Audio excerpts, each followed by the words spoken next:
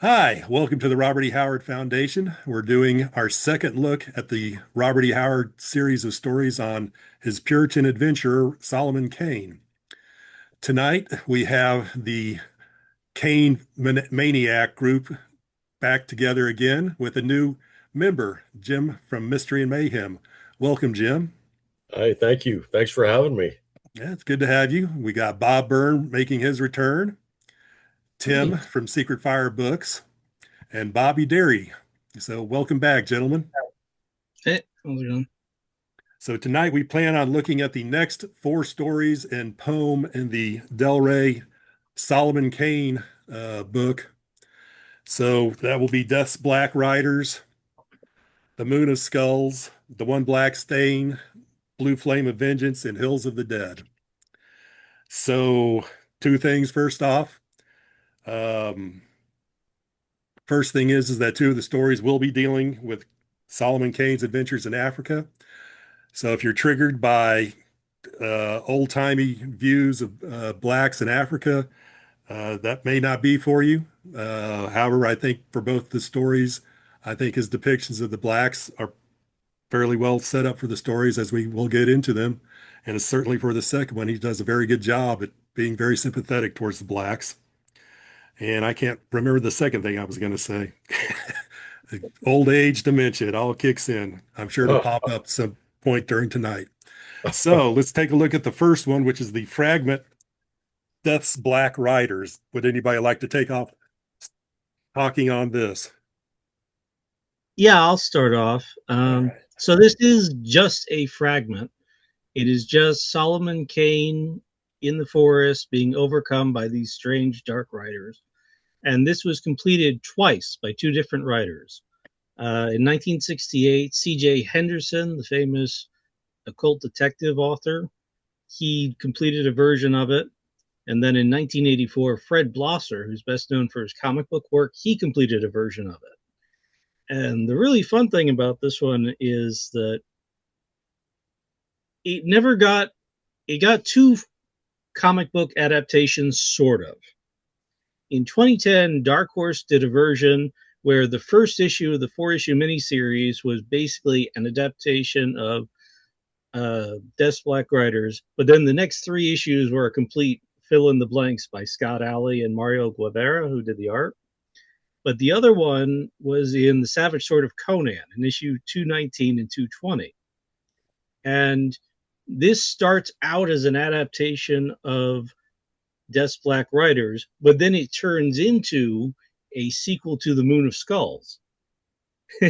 So that's sort of two of our stories here that got merged together by Roy Thomas and Colin McNeil for this Marvel story so that Solomon Kane could travel back in time and meet Conan in Nagari. It is a very fun story, but it's the kind of thing that happens long after Howard's death when the authors get to play around as much as they want. Mm. Real quick, I remembered the second thing. They're going to be spoilers. So also, if you haven't read these stories, go read the stories before you watch this video. Okay, back I'm to glad you Death's didn't Black give a Riders. spoiler and then say that was the second thing. Spoilers. I You do you remember. let us spoil Death's Black Riders. How could you, John?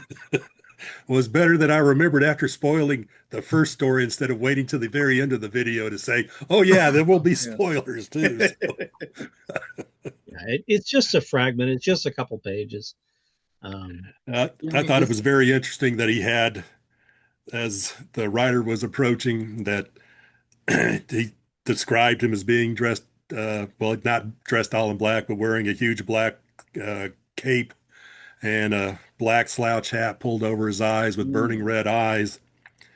And that is, uh, the rider was coming at him full speed on his huge black horse, and Solomon Kane couldn't get out of the way. That he saw a flash of a sword that the rider was carrying. So he opened fire on the rider and was hit by a icy blast of power that knocked him and his horse down off onto the ground. And the Black Rider rode over them, apparently a ghost, because it did not hurt them at all. Did he So not have, he had glowing eyes under the hat too, didn't he? His eyes were glowing. so it sounded like that was going to be a very interesting story if you ever worked it out and finished it. And I thought the bit of the verse that he had at the start of the story was also very interesting. If that was going to play into what he was going to do with the story, that almost sounds like, even though this was years later to happen, like he was almost describing the Nazgul from the Lord of the Rings. So The drawing by Gary Gianni, kind of, it's a skeletal horse, which Howard doesn't say anything about that, but that's an interesting interpretation of it. yeah, Because you do get a supernatural feeling about that figure, eh? yeah, yeah. So That little bit of verse at the beginning of the fragment, is that an original? That's got to be an original Howard piece, right? yeah, he wrote, because we'll kind of talk about it when we start talking about Moon of Skulls.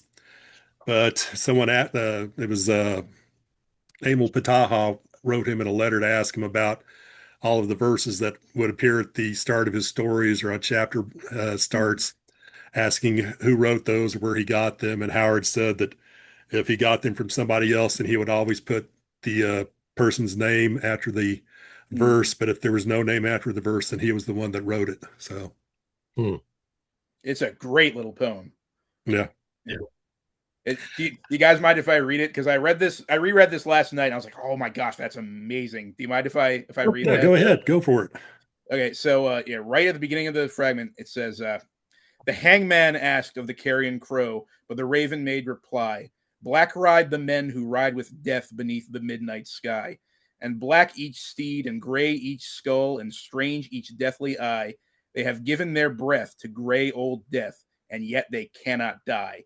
So I'd like to point out that in addition to all the other genres that he's written, we can also add death metal lyrics to the list of genres that Robert E. Howard has contributed. It's amazing. I think it's So- 5 paragraphs. Yeah. And I mean, I was interested. So it's 5 paragraphs. That's all it is. It's, Solomon Kane stopped his horse. And by the time it was done, I wanted to know, what ran through him. Of course, he's not just going to forget about it. He's going to go down the trail and try and find out. Right. There's not much here, but there's a lot here. And I think that's testament to, Howard wrote something and he got you, he grabbed you. And, the first time I read this, I was like, okay, it's a fragment. I want to get on to the next story. I'm going through the Derie books trying to go. The next time I read it, I'm like, oh, wow, that was pretty neat. And, it's like Ghost Riders in the Sky, that old song. And Robert E. Howard, 5 paragraphs. That's kind of what I took away from that. 5 paragraphs, and I wanted that story. You have to want, like, why didn't he finish this? And was there an outline for there was no outline for it, but it seems like these 5 paragraphs are fairly finished paragraphs. But it has no outline or anything referencing this little fragment at all. Yeah. No We don't know. synopsis on this. Well, it makes you wonder why he just stopped it right there and didn't bother. I guess it didn't grab him for some reason or other. That, or something could have interrupted him, and they moved on to something else. So we don't know exactly when this was written either. He was taking Novaland to the movies that night. No, this that would have been nice, but no, this was probably written in the late 1920s, early 1930 or so. But yeah, because we don't know. He did a synopsis of it. Well, we can say one thing. We can say one thing. This was probably set after the Cleft Skull Tavern incident, because it's still in that European milieu. So it's fairly early in the Solomon Kane series. He was still finding his way. Kane hadn't gone back to Africa yet, because he would do that in the next story. So maybe he was just playing around with ideas, or it might have been a start of something for another piece, and he just, decided the character needed to go in a different direction. We don't know. And Bobby, you listed the 2 people who took turns at finishing the story in two separate types. And I'm assuming then that the book that Ramsey Campbell did, where he finished off a lot of the Kane story, was it Solomon Kane that he did that on? Or am I getting him confused with King Cole? He did finish off several stories. I don't think he finished this one. Okay. This was edited by Ramsey Campbell in the Bantam. There's an introduction by J. Ramsey Campbell. Okay. I don't know if he finished any of them off. Okay. To be honest, it's been a while since I read this particular volume. But that was edited by J. Ramsey Campbell. Okay. Does Black Riders in that book? Let's see what's. Because you can always check and see if it goes for longer than 2 pages. No, that's Black Riders isn't in this one. But hold on, I got the other one. Hold on. Okay. Very easy to check and make sure that, yeah, this has been finished by somebody else. So, Yeah. but How have I got them here? There they are. I know that iconic description of the rider also kind of fits in with the shadow description for the shadow pulps too. So yeah, slouch hat and everything. That's right. Yeah, and black cloak. No, it's not in these. That's Black Riders. The fragment isn't in it. Okay. I didn't think he finished that one. Yeah. No. Could always do it. I know Bobby knows this, but do either of you three gentlemen know about the website howardworks.com? Yeah. Howard Works is a compendium where all of Robert E. Howard's writings are listed, plus they're listed with when they were first published and whether they were published in the West or around the world. And it will give you, details on each of the writings and each of the publishings.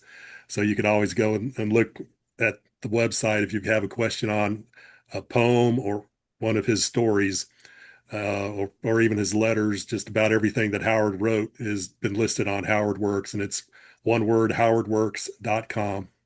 So do we have anything else to talk about Death's Black Riders? All right. Tim, you said you wanted to take on Moon of Skulls. So how about Oh, boy. Okay, so Moon of Skulls. Oh, my goodness. I should say that I am entirely biased toward this story. This is one of my favorite Solomon Kane stories. So this one starts off again. This is one of the Africa stories. He's returning. This is his second. No.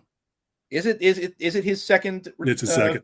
Africa. Okay. So yeah, he's returned to Africa since the incident in Red Shadows. And when we're introduced to him in the first chapter, by the way, this is one of the longer ones. This is almost a novella length story. So in the first chapter, Howard describes, he doesn't even call him Solomon Kane at this point. He just calls him the man. The man is climbing up the sheer face of this cliff. We don't know what he's doing. We don't know why he's here.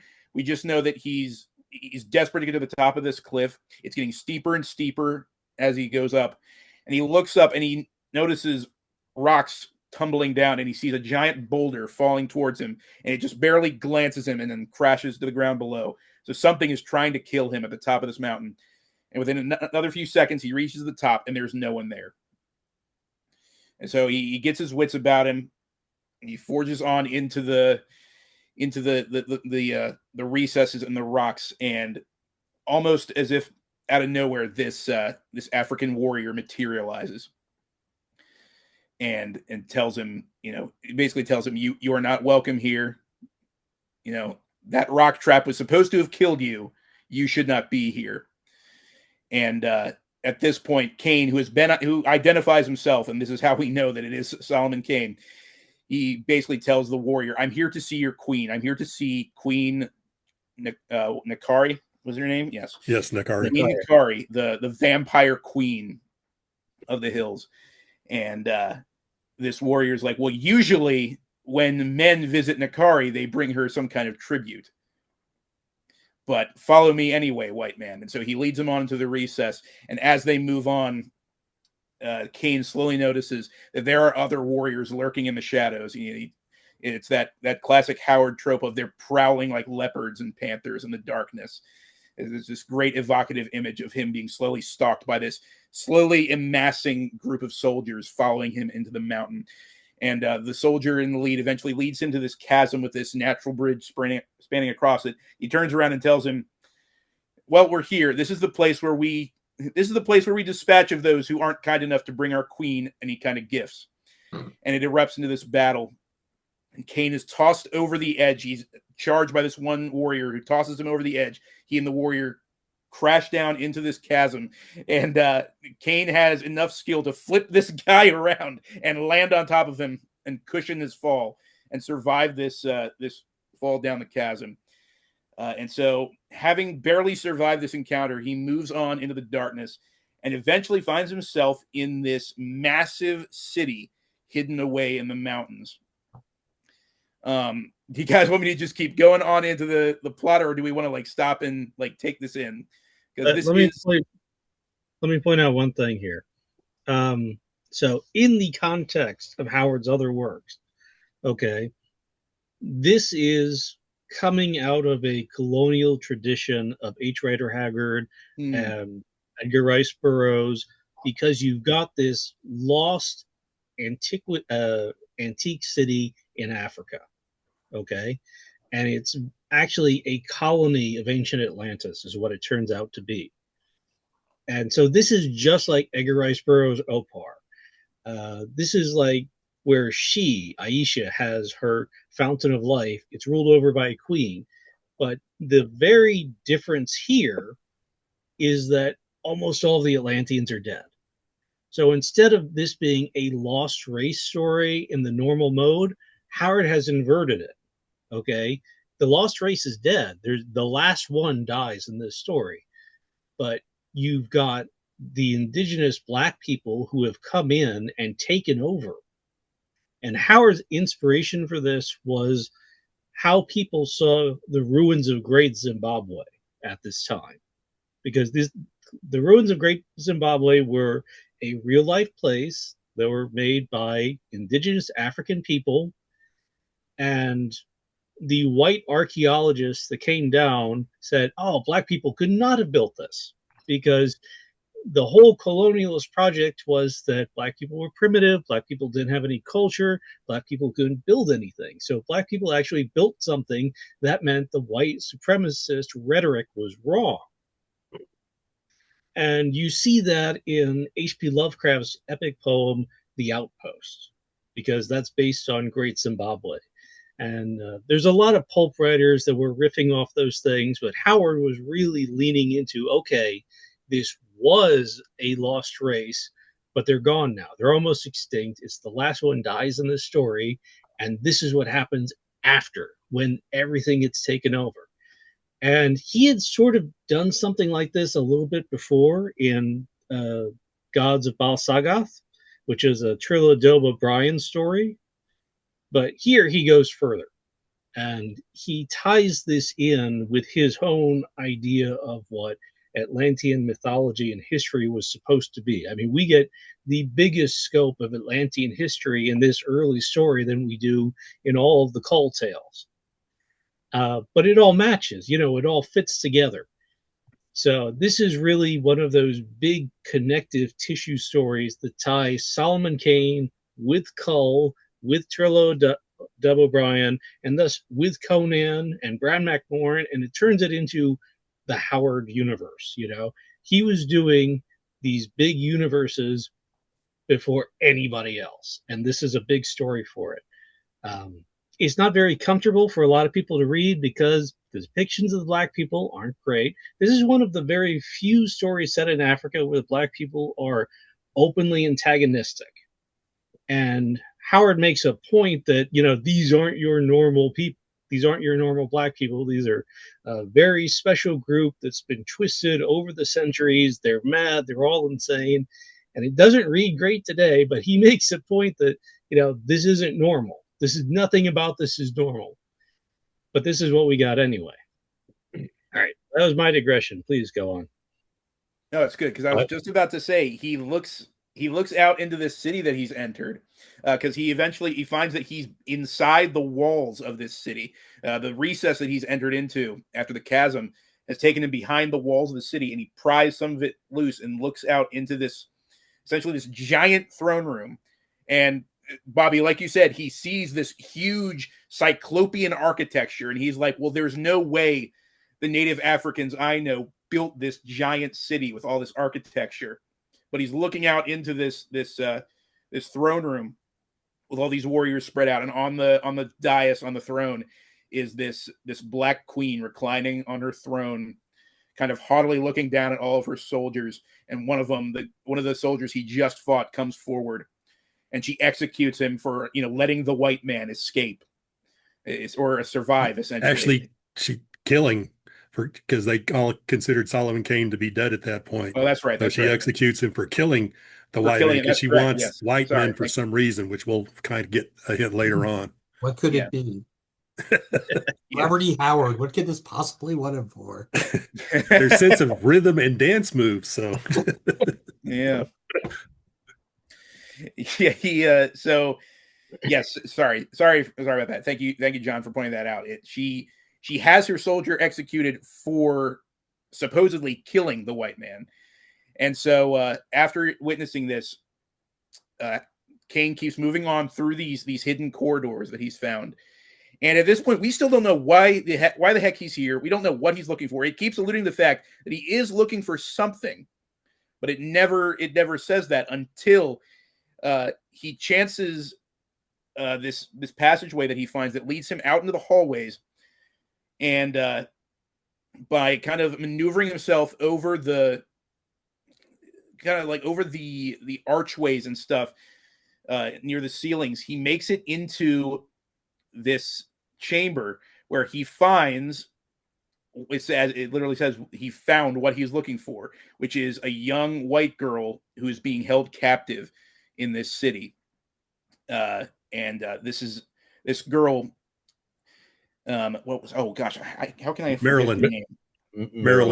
Marilyn, that's what it was. Okay, so this young girl, Marilyn, he has been searching for her for years. It's another story where Solomon Kane literally spends years and travels miles and miles around the world for one goal, and that goal is to find this young girl who was a niece of a lord that he knew back in England, who is kidnapped by her uncle and sold into slavery so that her uncle could inherit her father's estate.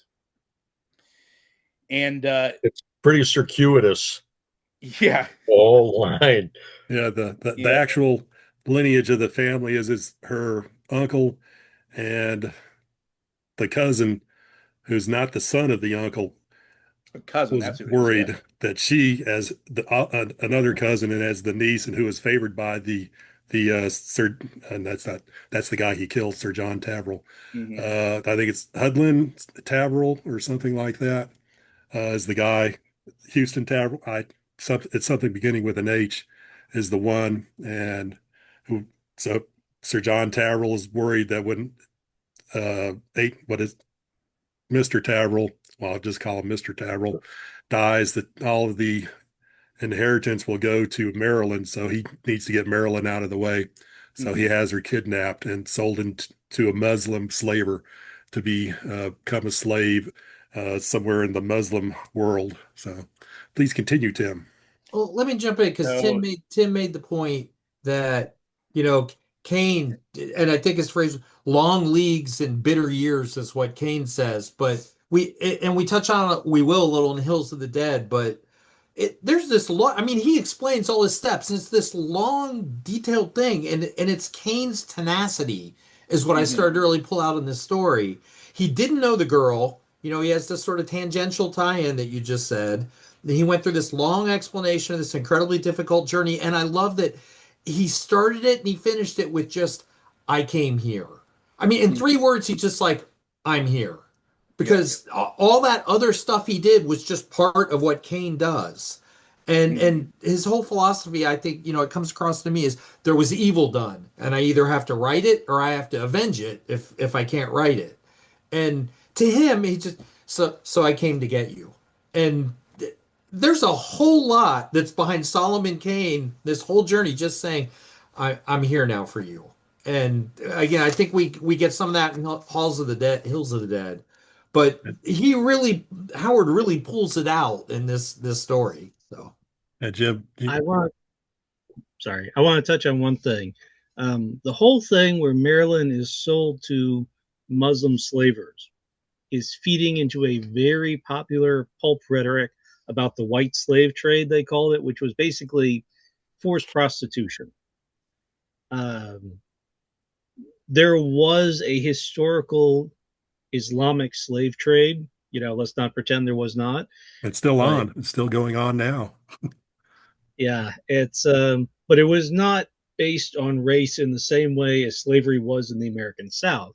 But in the early 20th century, in the United States especially, these became code words. The white slave trade was basically, white women would never prostitute themselves unless they were forced. That was the rhetoric. That was the understanding. People who read these stories would understand, okay, this is what's actually being implied. But because Marilyn gets captured and goes from this slaver to that slaver and ends up in Africa, and she finally ends up as this handmaiden to Nagari, you've got this inversion of race slavery from Robert E. Howard's perspective, where now it's the black woman on top, mistress of this young white woman. And when you see them together in her private chambers, there is that implication of sex, even though Howard can't say a word of that out loud. It's implied. It's strongly implied. And the way he's constructed the story is very much to show, okay, these are black people in control, acting like white people would toward black people normally. You've got that inversion in the story, and that's part of the frisson that goes through Kane's mind, even if he never says it out loud. Mm-hmm. Okay, so please, Tim, go on. I was going to interrupt real quick because sorry, John. Would you stop talking? No.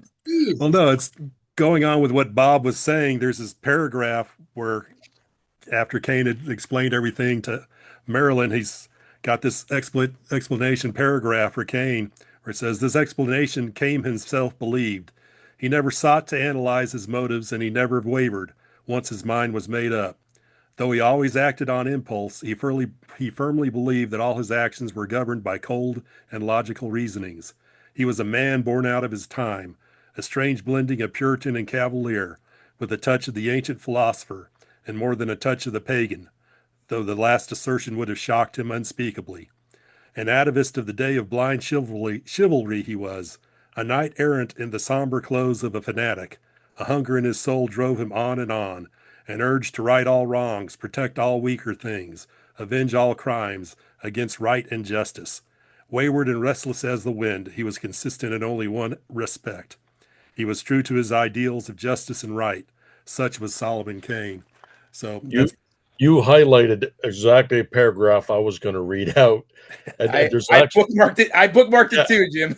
Sorry. Well, there's actually another real quick one that speaks to Solomon Kane's character earlier in the story, and it's real quick. I'll read that one out too, if that's okay. Sure. The average man would have camped at the foot of the crag and waited for morning before even attempting to scale the cliffs.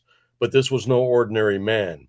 Once his objective was in sight, he followed the straightest line to it, without a thought of obstacles, whether day or night. What was to be done must be done. And that just speaks about his fanaticism, his drive to just carry on with what needed to be done. So that paragraph you did, John, and that one, I thought they just kind of stood out in that story. I think Moon of Skulls so far is probably the best. You kind of get hints of it in Red Shadows, but Moon of Skulls is where Howard just really starts diving into Solomon Kane's character and explaining who he is and what runs him. So now, Tim, please. Well, I absolutely love that little touch of the pagan bit in that the first paragraph you mentioned, John. And that bothers him. that bothers Solomon Kane. I love the fact that, like, if you would mention that he had a little bit of the pagan in him, quote unquote, like, he would bristle and like draw his gun on you if you told him that. I think that's hilarious. I love that visual. But yes, bouncing off of what you said, Bobby, Kane even says he says to Marilyn, "There are haunting ghosts in your eyes, child. Did they misuse you here?" And that's all he needs to say to kind of imply that, yes, this poor girl has seen some stuff. Like, it can't explicitly be pointed out, but she has gone through some stuff. And so she has literally been imprisoned as the kind of handmaiden for this Black Queen, Nakari. But let's point out that for what Nakari is going to use her for, she has to be a virgin. So that's true. That is still true. A virgin. So. That is true. But she's still seen some stuff. Her virtue might be intact, but she has clearly seen, absolute debauchery around her for the past, however many years she's been trapped here. And it's still at this point not entirely clear why Nakari wants her here, just that she's kind of keeping her enslaved as one of her handmaids. And as soon as they finish having this discussion, sure enough, Nakari is at the door to the chamber. Kane he sequesters himself behind these curtains. Nakari bursts in the room, and almost immediately she knows someone else is there.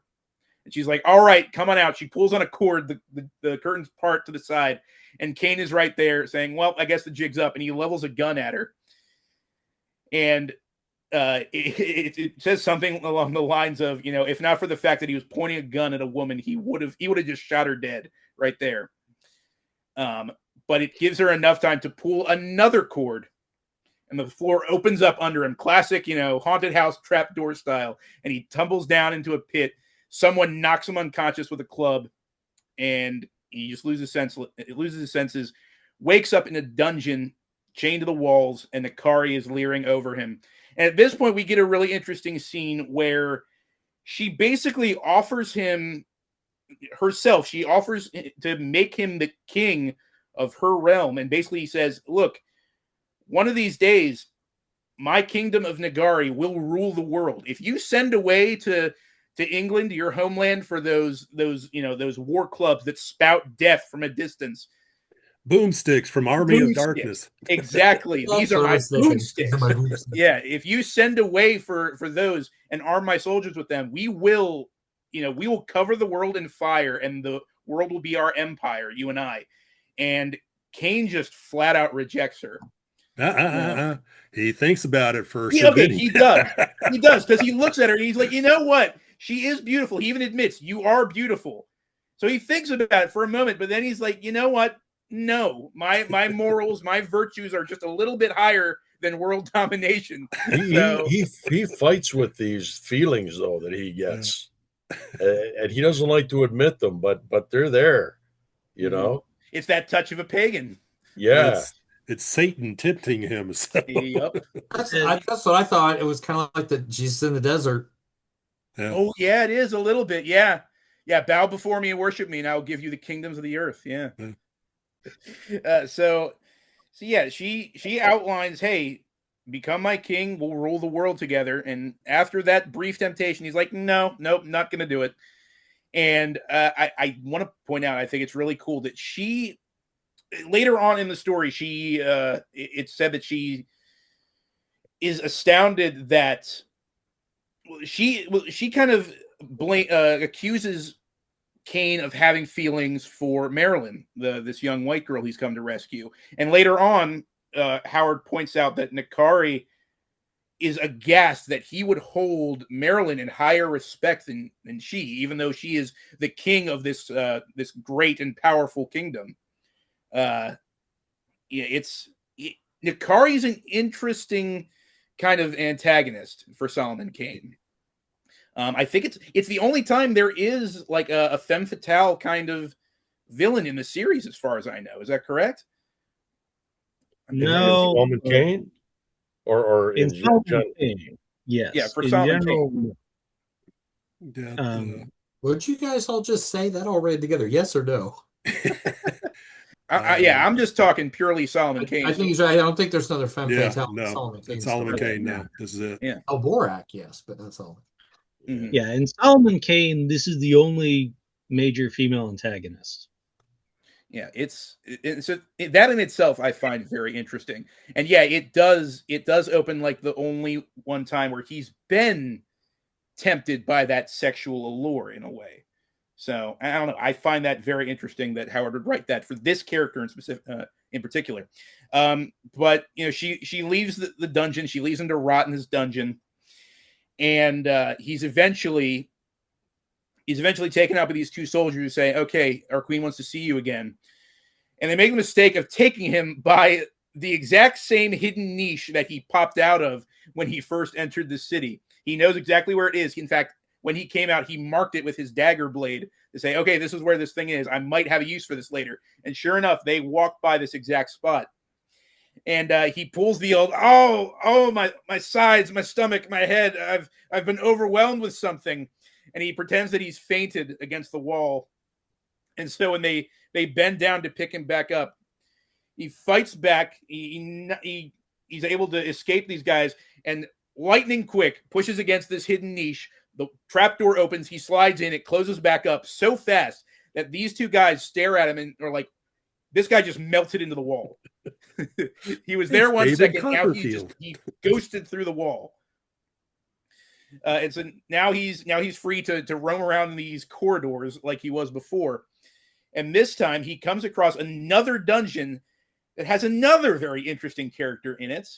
As we pointed out much earlier, this is an interesting character who is the last of an ancient race of Atlanteans, or at least a character with Atlantean blood. It's this old man chained to the wall who, as soon as Kane, gives him a chance, spills his guts and tells him not just his life story, but the entire history of his people and how they came from Atlantis, then Atlantis sank, and then his ancestors formed this kingdom of Nagari. They intermixed with the African peoples, as he points out, or as he puts it, the brown people mixed with the black people and add these, kind of formed this race of priesthood that tried to uphold the religious rites of the old Atlantean gods, but slowly they drifted away, and their order fell into decadency,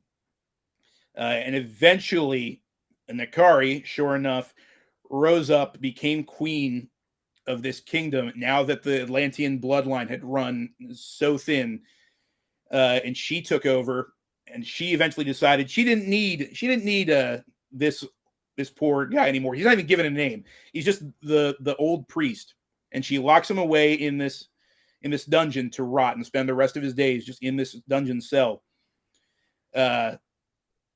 And he in this way explains exactly what they are going to do with Marilyn, this young girl that they've kidnapped. She is intended to be the bride of the god Nakura.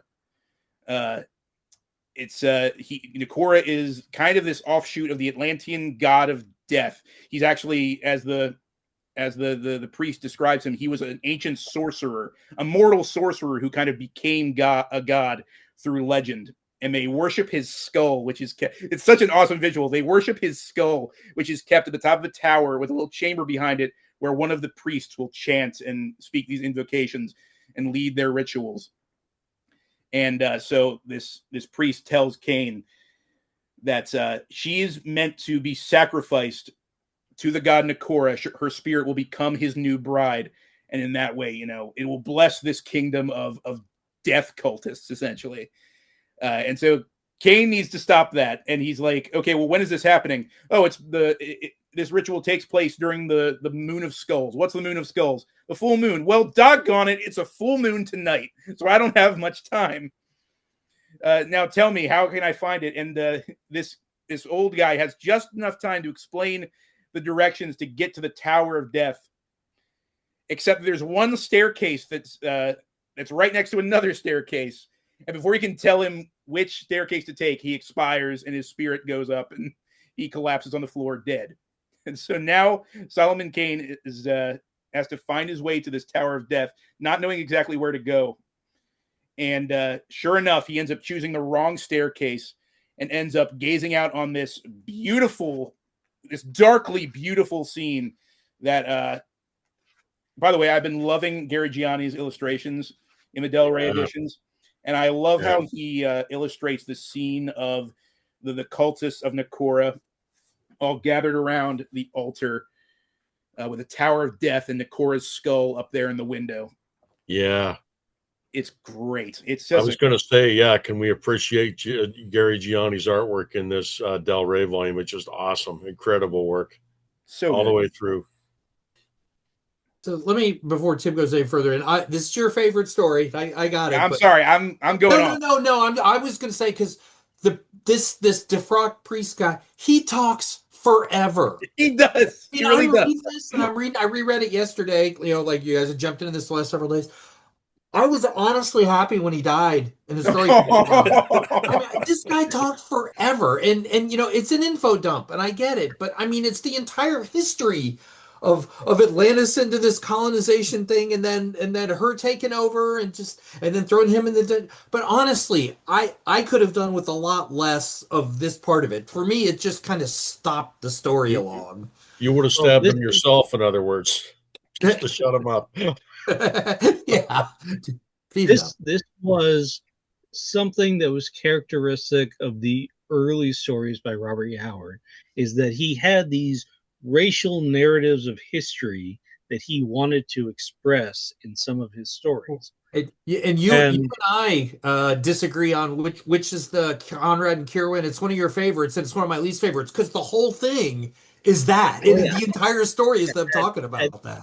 He worked himself out of it by the end of his life, but in those very early stories, like Men of the Shadows, which was a very early proto-Bran Mak Morn story, it's the Lost Race is the one that everybody says is, okay, this is really just the story of a race. It's the story of these mass migrations across vast amounts of time.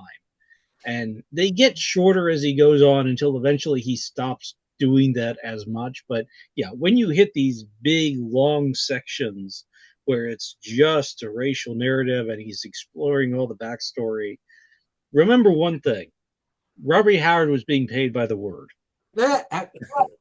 As Earl Stanley Gardner said, he was not going to cut out an adverb because he got paid for every adverb. So Earl Stanley Gardner was paid for every adverb.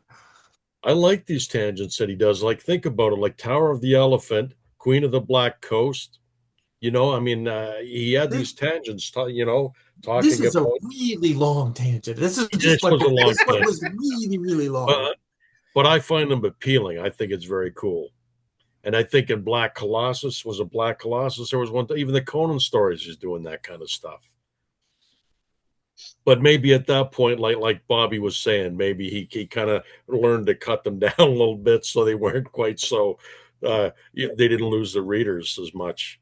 It adds a lot of depth to the world. And like I was saying earlier, these stories tie into other things. When the dying priest talks about Valka and Hoteth and Golgor as the gods of Atlantis, those are the same gods that King Cole swears by. Those are the same gods in the Isle of Balsagoth. When you have this distinction between white and black and brown Atlantean, and then you read the Veil of Lost Women, and all the lost women in that veil, they're not black, they're brown. Okay, and when we read on eventually to the Hills of the Dead, that race in that lost city is brown. So, he's really putting this outward that, the Atlanteans were outside of the normal racial hierarchy that everybody thinks of with Africa, which is like white and black. They're outside of that dichotomy. They're a separate third thing. And he did that very deliberately because, we don't talk about it very much, but the dying priest is a Atlantean supremacist. As racist as we like to think the white colonialists were, this guy is racist against the white people and the black people equally. And he's very explicit about that in a way that's very uncomfortable to read today to normal readers. But, that was, again, Howard putting the shoe on the other foot. Because most people, when they were reading an Edgar Rice Burroughs story or an H. Rider Haggard story, they would expect the white guys to be the really racist ones and, putting down all the other people regardless of what color their skin was. But here you have this guy from this ancient race who's putting down everybody else because they're not Atlantean. They're not as good as him. And, it's an interesting inversion of the normal formula, and that creates a little bit of a frisson. And that was what Howard really likes. He liked to take the expectations and flip them. All right, so when last we left off, Kane was on his way to the ritual. Yes, so he's gazing out at this ritual it's just about to take place. The moon of skulls is up in the sky. The skull's all set. It's ready to go up in the tower. The priest that's speaking the words is already set up behind it. The priest that's about to commit the sacrifice is already looming over Marilyn with the knife. And Kane realizes, well, I picked the wrong stairway. What am I going to do? Yeah. Well, sure enough, the one soldier who stole his gun when he was thrown in the chamber walks on by the door, and Kane just is like, oh, hey, that's cool. Slips out, puts his hand over the guy's mouth, stabs him in the chest with a knife, and takes his gun back and says, well, we don't have time to do this the long way. So he takes a shot at the skull. It's still loaded and ready to go. And the gun is still loaded and ready to go. He may even yeah. Oh look, the MacGuffin. He did manage to shoot his foot off the guy who had the gun. Yeah. Yep. Never even bothered to see what that little trigger did. No, he just took that gun, shoved it in his belt. It was all loaded and ready to go. Kane takes his gun back, shoots the skull, it explodes into a million pieces, and all hell breaks loose. Like Howard literally describes it as a scene from hell breaks loose on this plateau where this tower is, and the sacrifice is taking place. Everyone just goes nuts. The symbol of their god has been destroyed in front of their eyes, and all mayhem just opens up on this plateau. They're beating themselves with the torches. They're stabbing each other with the spears. They have reverted to complete animals at the loss of their god. And so Kane jumps to rescue Marilyn, and of course, Nakari gets in his way. But she doesn't have much of a chance to stand against it, because immediately one of her soldiers runs at her, picks her up, and tosses her to the ground, and she slams into a bunch of crags, breaks her neck and her back, and just dies instantly. Now, it's not the same, but when Hulk takes Loki, but that's what I'm thinking when she's the queen, she's the guy. Puny queen, yes. Right? Exactly. Wait, we got to point out one thing here. There's a lot of Deus Ex Machina stuff that comes through in this story. Solomon Kane really survived by luck as much as skill and strength. But while Howard was, not very careful in the plotting in that regard, he was very careful in the plotting and building up the motivations of all the characters. Like, he's foreshadowing their intense fixation on the skull of Nakura. He's building up the cult of death. He's building up that these people are different. There's something wrong in their brains. They're really fixated like fanatics on the skull. And he builds up the moment of tension where he's aiming and he's trying to decide where he's going to fire his one shot. And you think maybe he's just going to kill, the guy that's going to kill Marilyn or the queen. But no, he destroys the skull because he's built it up that way. He has foreshadowed everything. He's built up the emotional resonance. And when it happens, you don't question, okay, how the hell did he do that? Isn't he lucky that he got the gun? No, you're seeing madness, and everything makes sense from a motivational standpoint. Mm-hmm. Even when the ground starts to shake. Yeah. Inevitable earthquake just rocks the whole mountain. The tower starts falling down around them. He's able to scoop up Marilyn, dodging and weaving through raining rocks and bits of tower falling down on him. And he and Marilyn are able to escape as this entire city just collapses in on itself. Then when next we catch up with them in the final chapter, he's been able to kind of sequester her away under this tree, and they've just kind of stayed there for the night, just barely surviving this collapse of this ancient kingdom. And he tells her, well, it's over now. I'm just going to take you back to England. And we have this kind of interesting interaction between them where she kind of can't believe that it's just over. Everything she's been through is over, and he's just going to take her back home now. And he basically gives her the "O ye of little faith," like the same God who pulled me through all of that endeavor that we just went through. He's going to get us back to England, and I'm going to do it not because I have something to prove, not because I'm the biggest, toughest adventure hero around, but because I'm Solomon Kane and I right wrongs, and that's what I do. And so it closes out there. He's taking Marilyn home. He has survived the fall of this ancient civilization. And I love every single bit of this book, even the parts that you were complaining about, Bobby, where it's these ridiculous.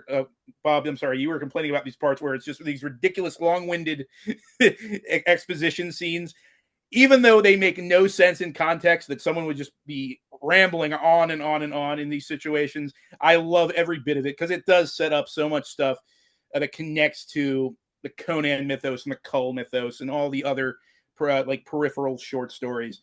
And what I love most about it is it's so much pulp in one story.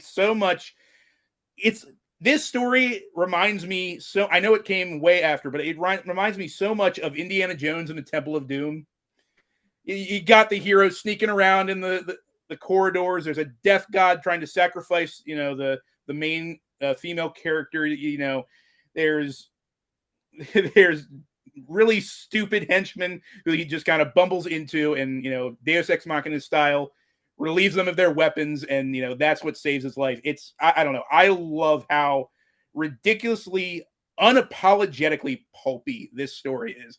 That's my long rambling explanation for why I love Moon of Skulls. I was going to say, you almost picture the cavern from Indiana Jones, the second one, the tuggies with the skull. You almost picture that when you're reading this. Yep. I was going to say that we've learned from the prior video I did with Patrice Louinet that the Solomon Kane book, that Wandering Star did this in terms of trying to get movies involved with this. And we know from Patrice, from talking to them, George Lucas liked this book. Wow. So, you never can tell. Maybe this influenced his coming up with the story for the second Indiana Jones movie. So, yeah. You guys hit on the pagan and the temptation. We talked about as we went through. But at the very end, Howard has Kane bring it back to, he quotes Isaiah 25:2. Mm-hmm. So, and as there was the ye of little faith, I got you to this point, I'm going to get you home. At the same time, because it's Kane, it's God's providence got us through this, and he threw down the city, and we're going home now. So he moved Kane away from the momentary temptation for the seductress, and we'll obviously see more of the pagan in Hills, but Howard didn't follow the Bible, but he knew the Bible. We've talked about that. That's been talked about a lot. And he brings in Isaiah 25:2 at the very end of the story. Anybody have anything else they want to talk about on this? Yeah, Bobby? I got one last thing. This is a letter from H.P. Lovecraft to Robert E. Howard, 20 July 1930. Since last writing you, I have read The Moon of Skulls. Am fascinated by the suggestion of unholy antiquity brought up by your Atlantean city and its subterraneous crypts. I shall look forward eagerly to future work of yours, or rather, future and present, since I have not yet had a chance to read the latest weird tales with your Hills of the Dead. So, Lovecraft was reading these stories as they came out, and he really liked Howard's African adventures with Solomon Kane. And he told him about that. He wrote him. He was one of the few people that was encouraging Robert E. Howard to write more.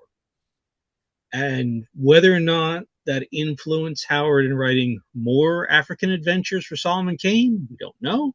But we know that Robert E. Howard wrote back in August 1930, "I'm glad that you like the Moon of Skulls and hope my future efforts meet your approval." And he did. Solomon Kane was one of the characters that Lovecraft really liked. Lovecraft wasn't a big action guy. He wasn't a big barbarian guy, but he liked Solomon Kane. And he really loved these stories.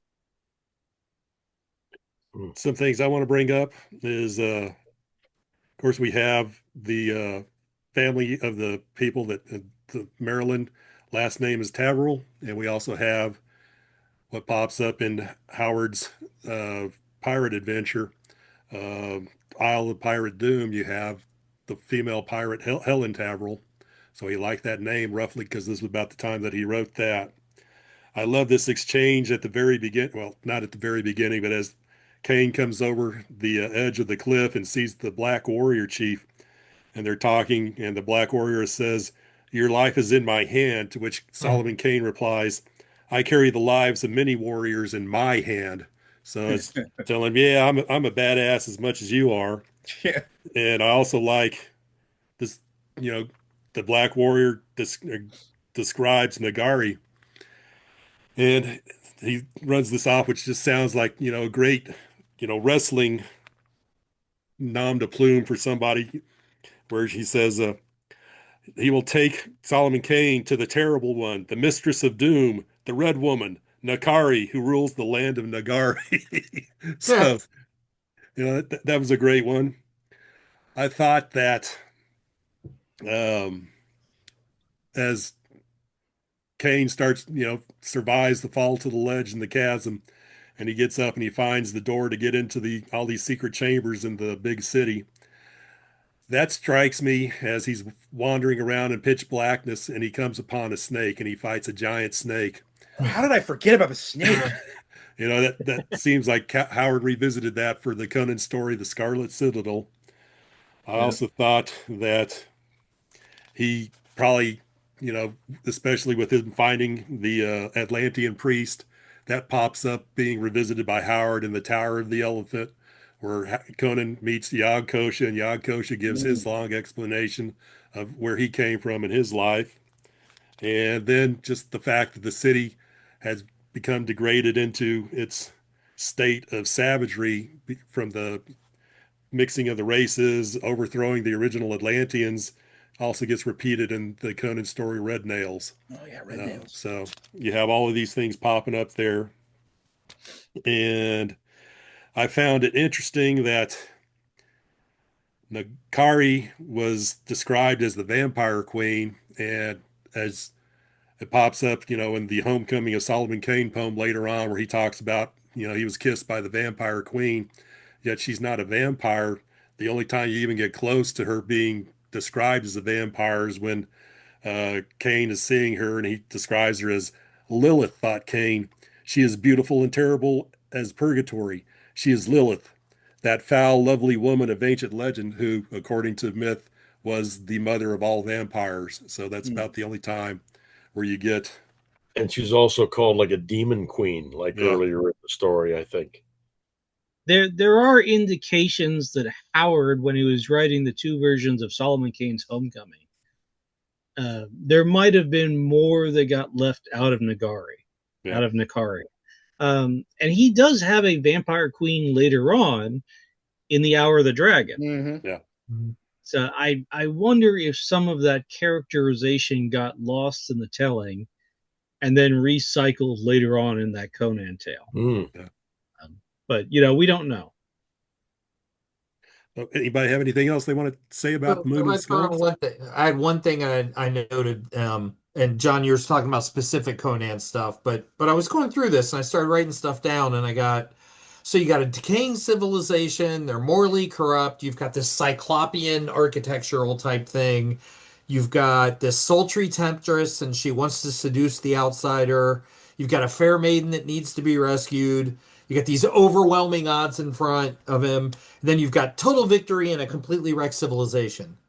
And this is Conan a couple years early. I'm not saying Kane is, but these are the elements that pop up in Conan stories later. Oh yeah. And I mean, that's fine and it works, but they're there. Like when you were doing your checklist on which was that one of our Conans, wasn't it? Or was that the first Solomon Kane? That was one of the Conans, John. You were doing check, check. Yeah, where he I was kind of got using that the in my head plot and I started devices going for down those. them. Check. And Yeah. there's foreshadowing what he's going to do with Conan stories. Not specifically Conan, but Yeah. and the other thing, because Bobby kept mentioning, and this was inversion was your word. I wanted to ring the bell when you said inversion in this one a couple times. In Valley of Iskander, that's the straight lost race story, and Yeah. I started thinking of that when you started saying this is a completely flipped around version of the lost race story. So Howard's hitting both of them with two different characters, back in the early pre-Conan days. Yeah. Well, And I love Elborek as you we. can always say that Me Howard, too. once he knew what he was writing and figured out how to write it, then he would reuse it story You for could story. absolutely say, and yes, and do it well. Yeah. So anything else? All right, let's move on to the poem, The One Black Stain. Bob, would you like to do this, or would you prefer somebody else handle it? I'd probably, you know me in poetry. Well, I love this one. No, I don't think I'll lead that one. But All right. Bobby, The One Black Stain is it's very interesting in terms of it's giving us a little background for the first time, really, on Solomon Kane, where you find out that he sailed with Sir Francis Drake when Drake, I don't know if it was the exact voyage where Drake was going to circumnavigate the globe or not, but he was involved with that. And it involves the actual historical event where not Kane, Drake tried one of his uh, captains, Thomas Doty, who was an investor in the expedition. And I forget the name of the other person that was involved. And the three of them were supposed to be leading this it expedition. was his brother. It was Thomas Doty's brother. Okay. And what happened is that as they started out, that they came across Spanish ships, so they turned into privateers and took one of the Spanish ships, which Drake gave to Doty to command. But Doty didn't want to do this because he was at this time in England, 1570s. It was before the Spanish Armada, and there was some distrust between England and Spain at this point, but they were trying to talk it out. So Doty thought that this was going to inflame the situation. And Drake said, "Oh no, I've got this letters of marque from the Queen that I can do this," but he never produced those. So as they continued to sail on, things got more and more intense between Doty and Drake, until finally Drake had had enough and charged him with sedition and mutiny and treason, and had a trial where they had one of the crewmen turn evidence against Doughty to convict him, and they convicted him, but they were only going to keep him as a prisoner and then turn him over once they got back to England. But Drake said, "No, I changed my mind. Let's go ahead and execute him." So they went on ahead and beheaded him. And in this One Black Stain, you have, because it's said that some of the Drake's crew on these ships did not want to see Doty executed. And Solomon Kane is made to be one of those people on the crew that did not think it was a fair trial and that he should not be executed. And, ooh, pretty. And they went on ahead, executed him. So Kane decided he was going to take vengeance on Francis Drake. And when New sneaking D&D back, characters. That Solomon was a Drake. Marvel comic, wasn't it? Solomon Drake. yeah, It was the amazing Solomon Drake. it sneaks back to go ahead and kill Francis Drake. But as he silently slips into Drake's cabin, he sees Drake is actually crying at having killed one of his good friends. So he leaves him alone and leaves without doing anything at all. And Regret before he killed him would have been nice as opposed to regret after he killed him. But that's just one way of looking at it. It That's had to what be makes done. it, Had to be that's what done. makes it a tragedy. There's a very Shakespearean character to this little scene. Yeah, what Jim is holding up is from Savage Sword of Conan. Sorry, where did I have that? 62. Yeah, number 62. Dave Wenzel did the art on that, but it's the Yeah. full poem. Yeah. And he Yeah, he but- really researched it. You know, he got everything right down. David Wenzel. And I remember reading one of the things on it is that after Drake had decided that he was going to have Doty executed, that he and Doty had a big dinner together where they were all happy and laughing and toasting each other and having a great old time before he had him executed the next day. So, and there's no supernatural aspect. There's no weird aspect to it, which might be why this poem wasn't sold during Howard's lifetime. Yeah. One Black Stain wasn't published until 1962. This was just one of those poems in the trunk. But it is a very interesting one because it's one of those things that Howard would expand on is, the whole piratical experience of Solomon Kane. How did Solomon Kane, this Sir Galahad, as he's always called, end up being involved with all these privateer types, which, Elizabethan pirates was one of Howard's interests. And this is part of how it started. He started off as an honest seaman, and then over time, all the privateers just degraded into buccaneers and then bloody pirates, as he used to call it. And you see that in the later stories of Solomon Kane, where they revisit some of these characters. It started here. Okay. Do you have anything else we want to talk about on One Black Stain other than it's a great poem to read? I do want to point out it shows just how much of a quality poet Howard was, in that he takes it's not an awkward rhyming scheme. It's more of just like what I would consider a fairly difficult kind of rhyming scheme to keep up throughout an entire poem. The rhyming scheme is A, B, or I'm sorry, no, it's A, B, A, B.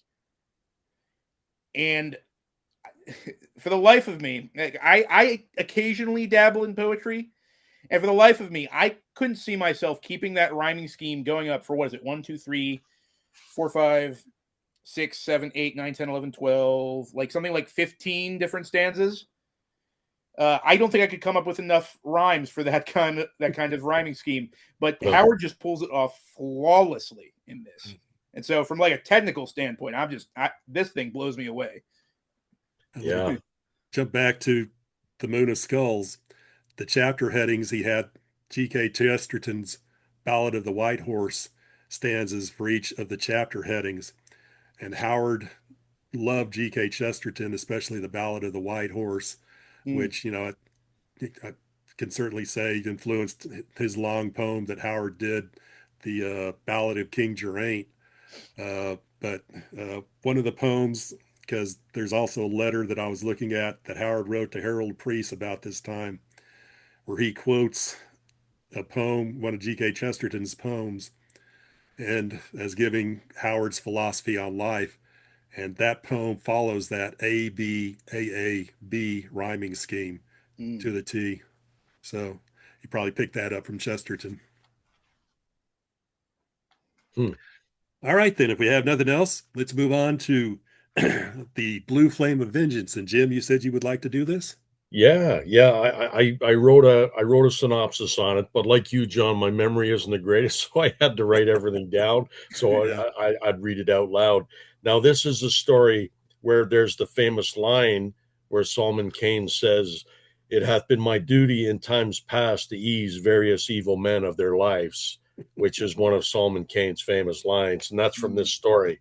Now, it's a good one. When I initially read this story like years ago, it never was really one of my favorite because I'm more of like I'm a fan of the African stories.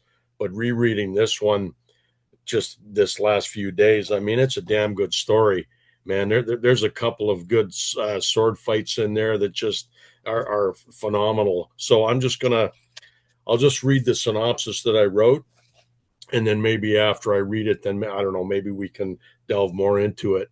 But yeah, Blue Flame of Vengeance, and it's also known as Blades of the Brotherhood in other editions of the Solomon Kane stories. The story takes place on the coast of England and starts with a sword duel between Jack Hollister and Sir George Banway. The duel ends in a draw with Hollister coming out slightly ahead. Hollister lingers on the beach and meets Solomon Kane sitting on a rock, watching his ship anchored off the coast. They both go their own way after a conversation they have, and that night, Hollister gets lured to a smuggler's cave under George Banway's home. Also being held prisoner is Mary Garvin, the girl that the two men were dueling over. And then this was a duel at the beginning. They were dueling over this girl, Mary, and she's being held prisoner in this smuggler's cave.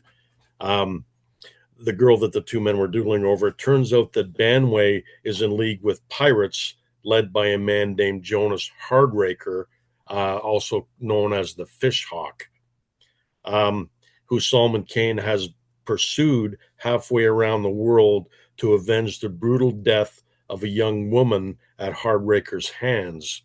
Now this that's woman, what Solomon Kane does, right? Because that's what he does. That's what he does. Now this girl is interesting. I'm going to go on a tangent here because Howard describes this girl as somebody Solomon Kane bounced on his knee when she was younger, and the same description was given to Marilyn from The Moon of Skulls.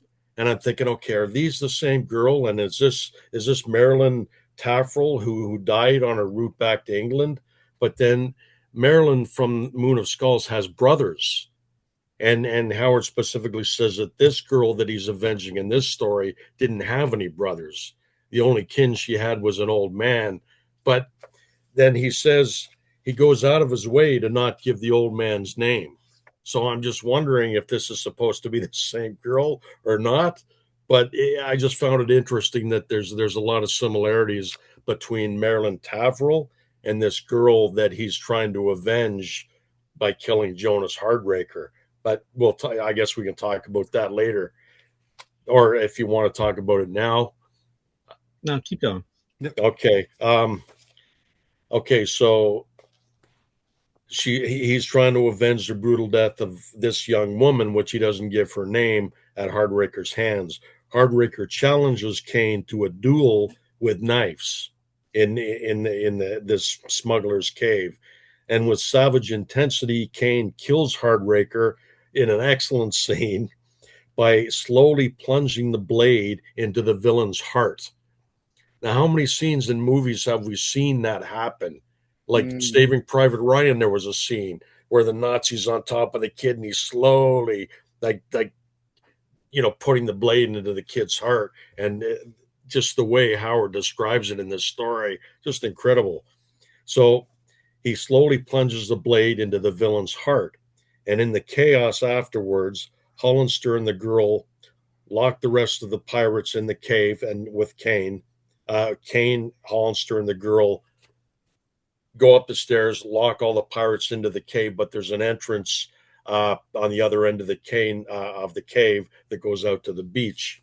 But where most of them escape by the sea entrance, but not before George Banway grabs Mary and takes her away. So Kane and Hollister make their way through the house down to the beach by the cave entrance, where Banway and the first mate, Ben Allardine, are arguing about taking the girl aboard the ship in their escape. Young Hollister leaps from a ledge and clefts Allardine's skull and begins to fight Banway, who's been wearing a steel corset that deflects bullets and blades. So Kane joins in the fray and begins a sword fight with Banway, and he toys with him because Banway's he's an inferior swordsman. But Kane, after toying with Banway and not quite taunting him, but taunting him kind of in his own way throughout, he decides enough is enough, and he dispatches Banway with a rapier thrust to the brain through the left eye socket.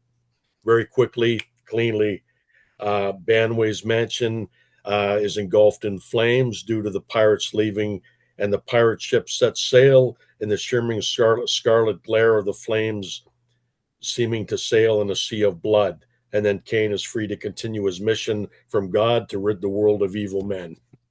And that's my quick synopsis. And there's a couple of good passages we can go over too, but yeah, that's it in a nutshell.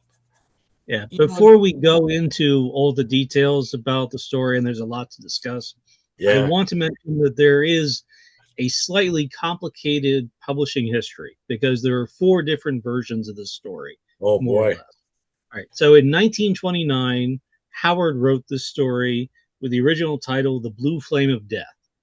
And then it was changed to The Blue Flame of Vengeance. And it's a pirate story that goes straight off of One Black Stain in a sense, because it goes back to Solomon Kane's privateer days, but he's doing it in the same way that he did Beyond the Black River for Conan. It doesn't start off as Solomon Kane's story. It's a story that Solomon Kane wanders into. And that's the viewpoint throughout, is this other guy seeing what a badass Solomon Kane is. The story did not sell because there's no weird element, so he couldn't sell to Weird Tales. So he rewrote it as Blades of the Brotherhood. And he changed Solomon Kane to Malachi Grimm. And he shortened it by a couple of pages. So it's mostly the same text, but it's got Malachi Grimm instead of Solomon Kane. Well, when it was finally published in 1964 by Arkham House, August Derleth said, well, we can't have a non-weird story. So he gave it to this guy named Poxic. And Poxic added a weird element. And that was the 3rd version, is this weird version of The Blue Flame of Vengeance that you sometimes see.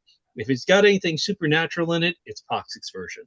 And then when Grant published it in 1968, they took the Malachi Grimm version, the short version, and they changed the name back. No, I'm sorry. They kept the name, but they changed Malachi Grimm back to Solomon Kane. So you've got 2 versions of the story that are almost identical except for a couple of pages, but they've got 2 different names. So, it wasn't published under its original version with the original name until 1998 in the Wandering Star edition. And the Malachi Grimm version didn't see print until 2007. Oh, wow. So when we're talking about The Blue Flame of Vengeance or Blades of the Brotherhood, they're all pretty much the same story, but it's a group of related texts. And it's one of those things that's incredibly confusing, even if you're a Howard expert. And but it's something that, we should mention, just because you could read this in any dozen anthologies, and it's never going to be quite the same story unless you really know what you're looking at. Yeah, that's interesting. I had no idea it was that convoluted. Yeah. Going back to the publishing history on it, as Bobby was saying, that Howard wrote the original version with Solomon Kane. He realized he wasn't going to be able to sell it to Weird Tales, so he rewrote it as Blades of the Brotherhood. And he saw, because in the video that Andrea and I did on looking at the Pirate Adventures book, where we looked at the Blades of the Brotherhood, the Blades of the Brotherhood story with Malachi Grimm, he changed the names, of course, of the other people. Besides, everybody got their names changed except for the pirate Jonas Hardraker. He's the same person in both tales, but he also softened the language for Blades of the Brotherhood. It's not quite as violent in his description of what's going on. The killing of Banway in Blades of the Brotherhood, instead of being stabbed in the eye, he's cleanly stabbed through the temple of his skull. So, less violent language used. But Howard did try, he did send Blades of the Brotherhood to Argosy and Adventure to see if they would buy it, and both of them rejected it. So when they both rejected it, he just put it in a trunk and didn't worry about it anymore. Um, Anybody have anything else? Because what were some Yeah. of the? Sure, the knife. I was going to say something, but there's a knife in hand. You really got to go with that, don't you? Okay. Yeah, So I've got he, a point. I've got a point for this. So during the big fight with Jonas Hardraker, the yeah, fish off, yeah, Howard doesn't know a lot about swordplay. You know, he never learned how to fence. He never learned the manual of swords for the pattern sword or anything. So he knows a little bit about fencing. He knows a little bit about the terminology, but he's mostly going off of, you know, swashbuckler movies as far as what actually appears. But he knows that, okay, if you're going to be knife fighting, you don't hold it in the ice pick grip like this, right? Because it's very easy for somebody to just turn that into your chest. No, you're going to be holding it in a fencer's grip unless, and he says this in the story, unless there's a special circumstance. Mhm. So what happens during, that's the foreshadowing. What happens during the story? He gets into this wrestling match where they've each got a knife in hand. So yeah, what does Solomon Kane do? He reverses the grip. He's now in the ice pick grip that he said that you're not supposed to use, except now it's that special circumstance. So you get this incredibly gripping scene where Hardraker's holding the knife hand and Kane is bearing down inch by inch. Just, you yeah. know, he's fighting for every millimeter of his life, and it goes on because you can see the exact moment that it finally goes in. And that is just one of the ways that Howard really sets up his action. People don't give him enough credit for how much thought he puts into his action. But he does, you know, because he knew, even though he wasn't a professional boxer, he wasn't a professional fencer or anything like that, he knew that you had to do something more than just the mechanics of it. You had to set it up. You needed anticipation, and you needed to believe that these characters had a real contest, that one of them was not going to walk away, and that maybe Kane wouldn't get the best of it. Because in all of the really best fights that Solomon Kane has, he might die. I mean, obviously, he's got plot armor. He's the protagonist. You're not going to think he's going to die, but he gets as close as possible. He's in peril in his fight scene. Yeah. He's in peril almost every time, which is that point you're making. It's pretty good. Yeah. Hardraker has some skill. Yeah. And they're almost even there. He almost stops him a few times when he's holding it up, but then Kane he's relentless and it just keeps coming down. It was so well written, that scene. Very riveting. So Jim and I come to Howard and to Conan and Solomon Kane from a mystery perspective. It's I've got a like-minded person there.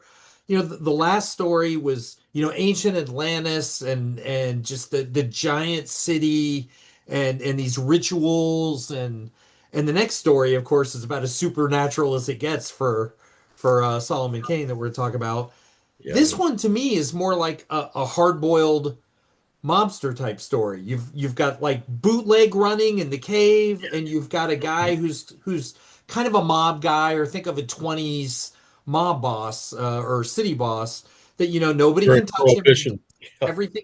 So During Prohibition, yeah. does everything he wants, and nobody can touch him, and he takes women, and somebody stands up to him who's kind of the good guy, but he can't really do much. And you know, there's no fantastic, which is why this didn't go anywhere. That was already discussed. But this story to me, and I get the same when I read Vultures of Wapiton, which I really like. I can see rewriting that as a hard-boiled type story. I see all those elements in that. This to me is a lot less of a Solomon Kane story. Now he's still, you know, the good guy beating bad guys. But I see this as more of a mystery hardboiled type thing than the supernatural thing or the venturing into the lost culture thing when I read this. I completely agree. This is very much a hard-boiled Elizabethan adventure. With all the crime elements, and yeah, there's a lot of shenanigans. Let's say shenanigans, because you know, you've got the hidden tunnel out to the beach, you've got the secret passages, Banway is wearing a coat of mail hidden underneath his shirt that turns a sword and eventually shatters a sword. And then, there's isn't all he these shot little- too? They shoot at him. I think Hollister shoots him or something, and it deflects the bullet. It's like that hard corset, that hard of a corset. Sorry to Yeah, interrupt. no, it is very much as Bob said, and I completely agree that this doesn't start out as a Solomon Kane story. He's not the point of view character, and I do wonder what audience he was looking at. Like maybe he was going to push this at Argosy or something, because it almost has that it's such a pure historical story. I wonder if he wasn't aiming it at Argosy or Adventure or something like that. Yeah. Well, while you left to go pick up your bayonet, I was telling them that the history with the rewritten Blades of the Brotherhood, that he did send that one in to Argosy and Adventure, and that they both refused to take it. He really wanted to get into those two magazines, didn't he? Yes. Yeah. There was prestige there as well as money. Yeah. This one to me has when Kane is introduced, which it doesn't happen where we deal with the duel and then he's walking along the beach, he sees Kane, but Kane makes a funny. Kane never makes funnies. I mean, there as dour as Kane is, this is the funniest I think he is in all the books. It's not a lot, but when the guy says, how did you get here? Well, I got here on my feet, the same way everybody gets them.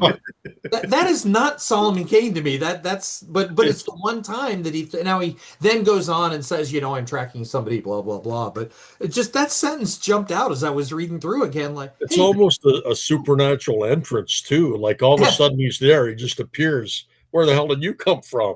And Patrice Louvenet likes that interpretation. He likes to think of this story as not the Solomon Kane we know and love, but Solomon Kane is this sort of supernatural agent of vengeance that appears in the sunrise and disappears into the sunset.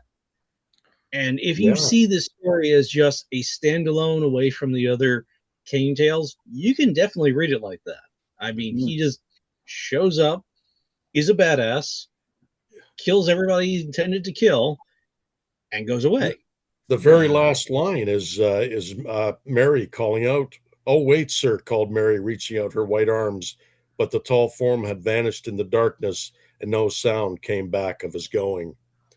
Almost like Jack Schaefer. Shane, come back. Shane, come back. I was going to say it's either like Shane or like Pale Rider with Clint Eastwood. Well, Pale Rider was kind of a remake of Shane. Yeah. That was what Pale Rider was. The last two paragraphs of chapter 1 are about the vengeance and little lines like, "It hath been my duty in times to ease various evil men of their lives." I mean, it's 2 paragraphs of him talking about he's basically the Lord's sword. Yeah. I love it. He's got at the end too. I'm going to read a paragraph here. He talks about himself. He says, "I am a landless man." A strange, intangible, almost mystic look flashed into his cold eyes. "I come out of the sunset and into the sunrise I go. Wherever the Lord doth guide my feet. I seek my soul's salvation, mayhap. I came following the trail of vengeance. Now I must leave you. The dawn is not far away, and I would not have it find me idle. It may be I shall see you no more. My work here is done. The long red trail is ended. The man of blood is dead, but there be other men of blood, and other trails of revenge and retribution. I work the will of God. While evil flourishes and wrongs grow rank, while men are persecuted and women wronged, while weak things, human or animal, are maltreated, there is no rest for me beneath the skies, nor peace at any board or bed. Farewell." That says it all right there. Yeah. It was a lot of fun at parties. Well, you could always do something kind of mean or whatever, and that would get him And the animated. villain, basically Sir Hugo Baskerville. Yeah. He's up for a party. He just doesn't admit it. He doesn't like to admit it. He's up for a party. I could see him just standing in the corner with that dour face, just watching while everybody else is partying and looking down on. Eventually, kind of tapping his foot while he's just. Yep. Such a good story. He and Aragorn just chilling in the corner, looking dour. Yeah, yeah. Good opening scene for Aragorn. Yep. You guys know that scene, right? That's the Gianni on the stairs, and that's, Oh yeah, that's a plate in the book too. Oh, the nice. other poster that I got. But stuff really bugs me in the mystery field more. But he does this. But you've got Kane. He comes down. He's got the total upper hand in that scene right there on the stairs. And there's a bunch of guys down there. Kane is outnumbered, but again, just he's 100% in control. And he gives into the old one-on-one situation. Yeah. And I went back, and any of you guys Fish Called Wanda fan? Yeah. I love that movie. And I've seen it. Kevin Kline, John Cleese comes in, and he gets the advantage with a gun on Kevin Kline, who is the bad guy, ex-CIA guy, and he's a nutbag. And he's got the gun on Kline, and Kline does he taunts him, and he's like, "Come on, one-on-one, be a man." So Cleese, who's kind of a nerdy library or a professor guy, puts the gun down and goes, "I boxed at Oxford." And Kevin Kline picks up the gun, points it at him, and goes, "I shot people in the CIA." But that's how I always feel when somebody with the upper hand and a weapon goes for that whole one-on-one mano-a-mano. But if anything, he's a man of honor, though, Solomon. Yeah, but it's no. And look how badly it goes up to the very end. That always drives me nuts. He did give the guns to the guy. He gave the guns to the other guy to hold them on the pirates. He wasn't just trusting. Yeah. Yeah. So that I read it, and the bad guy escapes with the girl, and I'm just like, of course this went. This was just, and I know the story's got to go forward, but come on, really? The other pirates were scared to death of Solomon Kane, man. He was so freaking intimidating. Yeah, so why do a one-on-one? You own this entire situation. Look at what a badass he is in this, right? Control. It doesn't end like this, does it? It takes a whole lot more work on the beach. He does only have 2 shots, and there's a lot of pirates. Yeah. But let's talk about one thing I really love about this story. So he fights him without the gun. Yes, that makes more sense than the 2 shots. The thing I love about that whole scene is the description of the pirates, because this is the most R.L. Stevenson illustration description of pirates you can ever have. Yeah. Like, these guys have gold hoop earrings. They've got Turkish pistols. They've got red silk about their waist. These are really salty dogs, but they're dressed like kings from the Orient. It is a beautiful description of a kid's idea of what a pirate should look like. Even down to all their names, they're very Robert Louis Stevenson. He starts naming them all off, and he knows them, eh? Doesn't Kane even say, "I had never seen buccaneers like this before, dressed like this before"? Oh, He actually made a comment that he was surprised the way they dressed through them all. Maybe not. All right. Well, we have anything? I was just going to say, is there anything else we want to say about Blue Flame of Vengeance? I like this story, but it's different. I mean, again, it's more of a mystery type or a hard-boiled thing than your typical Kane, which the next. And I always love a story that ends with a massive sword fight, man. Like Shades of El Borak, right? I will say that in reading this, that I kind of got tired of the repetition of blue flame that he kept throwing out to describe stuff throughout the stories. Okay, we get it. It's the blue flame of vengeance. Move on, Bob. Come on. Yeah, but he didn't spend 12 minutes talking about the blue flame of vengeance. So let it move on, Bob. Yes, I think we can say goodbye to Bob Byrne right now. I will not be on Solomon Kane Volume 3. So did my Hugo Baskerville comment come through? I don't know if you guys heard that. It did come through. He reminds me of Baskerville, but instead of a Hound of Hell, you've got Divine Providence. But he's a bad guy. He's like the original Baskerville. Who Sir Hugo, a blackguard, not Henry. If watching the Christopher Lee, Peter Cushing, Sherlock Holmes, I kind of had that image of Sir Roger just being just an SOB lording over everything in the town. Oh, I could see that. Yeah. All right, there was a comic book adaptation of this story It was the Blades of the Brotherhood version. Don Glutt the adaptation. Dave Wenzel and Duffy Volan did the art. That was in Savage Sword of Conan number 33. Just want to throw that out there. I've got several of the Savage Swords behind me, and I love them, but they left out all the non-Conan stuff, and I understand why they did it, but I keep hearing. Oh, you froze, Bob, if you're there. Oh, we lost Bob. Oh, well, maybe he'll come back. Yeah, Blades of the Brotherhood. Yeah. Everything froze. I've got this volume here of You're back, Bob. Bob. Back. Oh, you did get that. Yeah. All right. Well, let's move on to the last story that we're going to look at, which to me, I think this is the best out of all of these that we looked at tonight, Hills of the Dead. Would anybody like to take this story? I will just say before we get into any synopsis or anything, this is almost a restart of the Solomon Kane stories. Because in the very first Solomon Kane story, Red Shadows, he's got this transition from France to Africa. He ends up in Africa, but then he leaves. And then we've got Kane's little European adventures.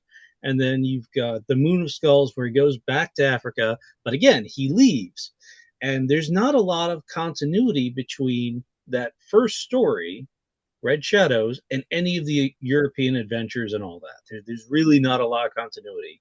And then we get to the Moon of Skull, the Hills of the Dead. And Hills of the Dead is where he meets up again with Nalanga. And it's where he gets his characteristic Juju stave. And this is sort of where the Solomon Kane we all know and love really comes into his own, in his own voice, in the form we know of.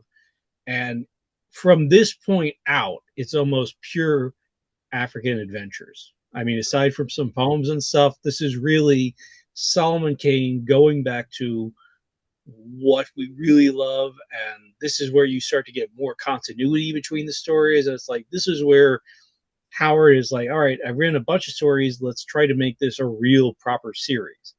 And that doesn't always happen, but it's more than anything else he had done up to that point. All right. Well, I'll start us off then. The story starts off with Solomon Kane is back in Africa and he's meeting up with Nalanga again. And Nalanga is going to give him some magic to protect him because Solomon Kane has been stricken by the wanderlust of going through Africa. So he's going to go travel all through Africa to see what's there. So during the ceremony, Kane is knocked out, put to sleep, and then Nalanga wakes up to find that Nalanga has the staff, which he presents to him as saying, this is the juju staff or voodoo staff, and it's got great juju in it, and that it will protect you on your journey through Africa. And he tells him that if Solomon Kane ever needs to talk to Nalanga, that all he has to do is lie down and go to sleep while holding the staff, and Nalanga will visit him in his dreams. So Solomon Kane takes off and he's going through the jungle. And as he's coming out of the jungle, a black woman comes bursting out of the bushes and she's being chased by a lion. So he shoots and kills the lion. And the black girl introduces herself as Zana and said that she had gotten into an argument with her mother because she had made her mother mad. So she had run off, and as walking around, she'd run into the lion and was running for her life. So Solomon says, okay, I'll walk you back to your village, but it's getting close to darkness. So I don't like where we're at. We're too close to the jungle where the animals can get us. These are these hills over here. Let's head over to the hills. Zana says, no, not the hills. And Solomon Kane says, no, we're going to the hills. So they go to the hills and they find a cave.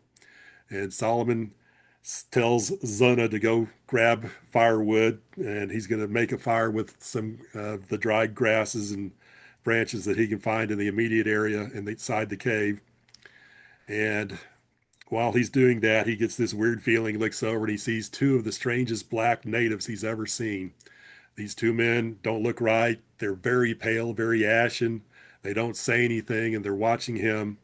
So he invites them to come in and share their camp. And they come in and they're still just sitting watching them. And then they're also alternately pretty much focused on the fire that he's building. Zuna returns with the firewood. And as she comes walking in the camp, Solomon Kane turns his back to get some more stuff to throw on the fire. And Zuna, when she sees the two men, screams. Kane turns back around to see the two men. The fire had died down and they're starting to attack him. So he does the first thing he can think of is he grabs the voodoo staff, which has a very pointed end on it, and stabs the first guy through the chest. The second guy jumps on Kane. They start wrestling. Kane pulls his pistol, shoots the second guy point blank in the ribs. The guy reacts to the bullet in terms of being hit by the force, but it doesn't stop him from wrestling. Kane then uses the pistol and clubs in the guy's skull. And so the guy's got this caved in skull, but he's still fighting tooth and nail, scratching Solomon Kane. As they're rolling around, they roll into the fire, and that affects the guy. He releases Kane. Kane jumps up, then jumps on the guy and breaks his neck. The guy falls to the ground, but he's still watching them. He's not dead. So Kane looks over and sees that the first guy that he stabbed with the staff has turned to dust. So he So he picks up the staff and stabs the second guy. The second guy explodes into dust. And then we get Kane going, "They're vampires." And Now, every time I read that, John, at that point, I laugh at the next part because she's like, "Oh, I should have told you those were dead men. My bad." Yeah. Okay. But when I read that, I always, when he says vampires, I hearken back to Kolchak, the Night Stalker, where he says, "Vampires, Tony, vampires." And so Zuna tells him the story that these people are coming from an ancient old city, that her tribe and the other surrounding tribes did not like these people, that they were very evil, so they all started attacking this people of the Stone City. And they were overpowering the people of the Stone City. So the magicians of the Stone City then started turning all of the people inside the city into vampires to fight. And once that happened, everybody just pulled back and said, "We can't win." And so they know, do not walk around the hills at dusk or at nighttime because the vampires are out looking for you. So Zuna asks Solomon Kane, "Well, because of your magic juju stick, you have big magic. Can you help us get rid of these vampires?" And Solomon says, "Yeah, sure." And decides, "Oh, I need to talk to Nlonga about it." So he watches Zuna throughout the night, keeping the fire up just to keep any more vampires from coming in. And then when he gets a chance, he goes to sleep, and Nlonga appears to him in his dreams. He tells Nlonga what's going on. Nlonga says, "Okay, this is what you need to do. Send Zuna back to her village to get her boyfriend, bring the boyfriend here. And when the boyfriend gets here, make him lie down, make him hold the staff, and I'll take care of it." So Solomon Kane wakes up, tells Zuna what she needs to do. She goes and gets the boyfriend, his name is Kron. They come back, and Kron is very agreeable and lies down with the staff, immediately falls asleep. Then he wakes up, and it's Nlonga who had, in Red Shadows, he had been able to send his soul from his body to reanimate a dead man in that story. So he was able, in this story, to send his soul to displace Kron's soul and take over Kron's body. And he gets up, and Kane's like, "Oh, this is wrong." And Nlonga says, "No, it's okay. I'm a good man. We're going to do this. We're going to take care of the vampires." So Solomon says, "Okay, all right, let's go do this." So to help, because while all this is going on, and Zuna sees that Kron is not Kron anymore, she starts freaking out. So Nlonga knocks her out and makes her lie down. And they leave the juju staff at the mouth of the cave. And Nlonga tells Kane, "Don't worry. First off, the lions aren't going to come here because they hate the vampires and they smell the vampires that you killed. So they're not going to come to the cave. And the staff will keep the vampires from coming in through the cave entrance to attack Zuna. So she's going to be fine while we go do what we need to do." So they go off and get to Am I the only one who wonders how Zuna was able to convince her boyfriend to come to the cave? Her mother was looking for her. Mother was going to punish her. It was There's something this in my guy in head. the cave that we need to go talk to. Yeah, there's a guy here. Could you come with me? He told me to go get you. Yeah, yeah. Candy will be involved. But anyway, uh, so they find the Stone City, and there are caves all around the Stone City. And then Longa tells Kane, I thought this was very interesting, is that he originally back, because Kane, when he was walking towards the hills, he sees that the hills are being circled by vultures. And then Longa drops this bit of information that the vultures are the natural enemy of the vampires, that the vampires hide in the caves during the daytime because they can't come out because the vultures will see them, and vultures know that they're dead, so that they're fair game for the vultures to go eat. So as Longa says, okay, I'm going to need to do this big magic to take care of the vampires. But John, so you guys remember when we did the horror video and we talked about how Howard took a different approach to vampires than the two for vampires. This is a different example of another different approach to vampires by Robert E. Howard. And this actually got interesting. Just a digression. So this was Robert E. Howard to H.P. Lovecraft, 24 May 1932. Poor Olson.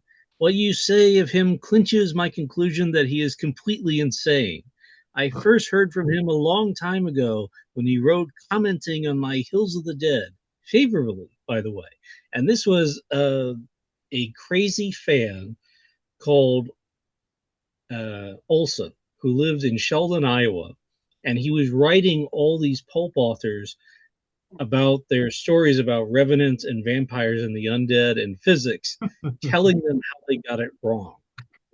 Like, his letters are completely insane. I've got a whole essay on it in my book, Weird Tailors. But yeah, he was sending out these really crazy letters, and he thought that, Jesus Christ was a vampire and that vampires only had 50% Earth's gravity, and Einstein knew something about vampires, and he was really going into some crazy stuff there. And then he wrote to August Derleth, who told him that from now on he should address his letters to the Vatican. Shortly after that, nobody heard of Olson again.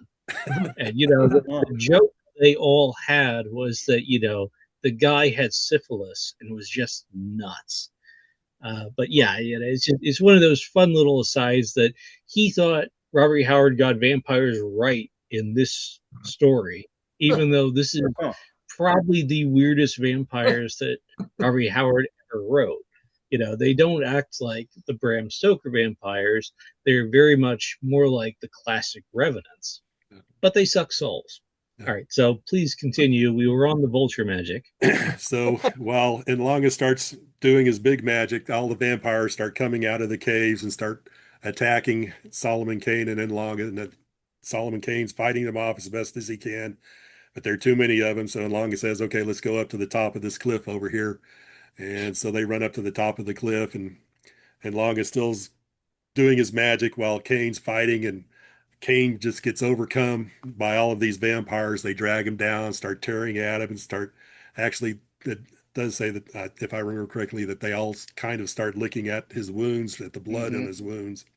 Yeah. And that while this is happening, Kane suddenly realizes that there's a huge conglomeration of vultures just come flying in.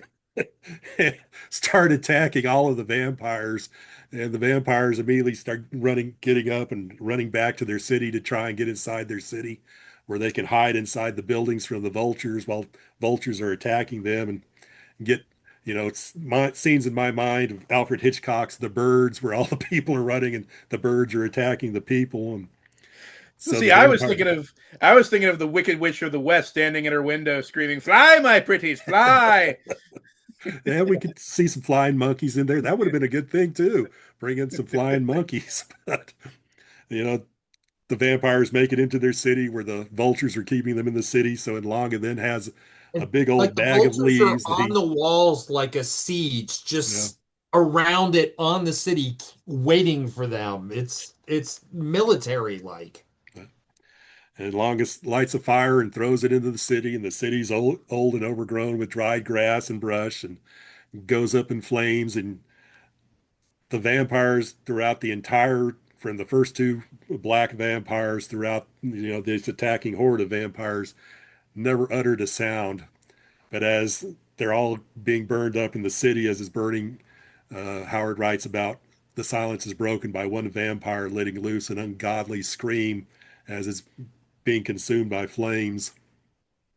Yeah. So all the vampires are killed. So Enlanga and Solomon Kane return back to the cave, and Enlanga wakes up Zana and is treating any wounds that she had, I guess, from going through the brush and being chased by the lion and whatnot. And Kane starts asking Enlanga, how are you able to do this? And Enlanga says, it's magic. I could explain it to you, but you wouldn't understand. I'm very, very old. You don't know how old I am. If I told you how old I am, you wouldn't believe me. And I started learning magic at the feet of black sorcerers and magicians. And when I became a slave, the white men started teaching me their versions of magic too. So I know all this stuff. But I'm not a bad magician. I'm a good magician. I'm a white magician. And Solomon Kane says, yeah, I guess you are. And he has to prove it by, he says, otherwise I'd keep this body. Yeah, I'd otherwise stay in this I'd body. keep Cran's body and not leave it. It's a fine young man's body instead of my old man's body. If I was bad, I'd keep it. Yeah. And so that then Longa then says, well, Solomon, what are you going to do? And Solomon says, I still got that burning call to keep going east through Africa. So that's where I'm off to. And Longa says, well, you know how to reach me by the Juju staff telegraph. So, take care. And Cran's body lies down and Longa leaves, and Cran wakes up and gives this, his final word was, let's see, Master, we must have slumbered. So sorry, we fell asleep. So you miss anything again? One more Solomon Kane humor. So what does palaver set mean? I don't know. I looked it up. I still don't know. Palavers talk. So yeah, it's just pidgin English for we're talking. The negotiations ended, the meeting's over, and that was a phrase that Howard borrowed from some other colonial era talk. Seabury Quinn used it a lot in his African stories, but you can see the bones of a lot of other stories in here. Like you can see bits and pieces of the Moon of Skulls in here, because again, you've got this lost race story almost, except they're all vampires. You've got another city on the edge of ruin. You've got another dying race that finally goes down to extinction because of the events of Kane. And this isn't the last time that happens.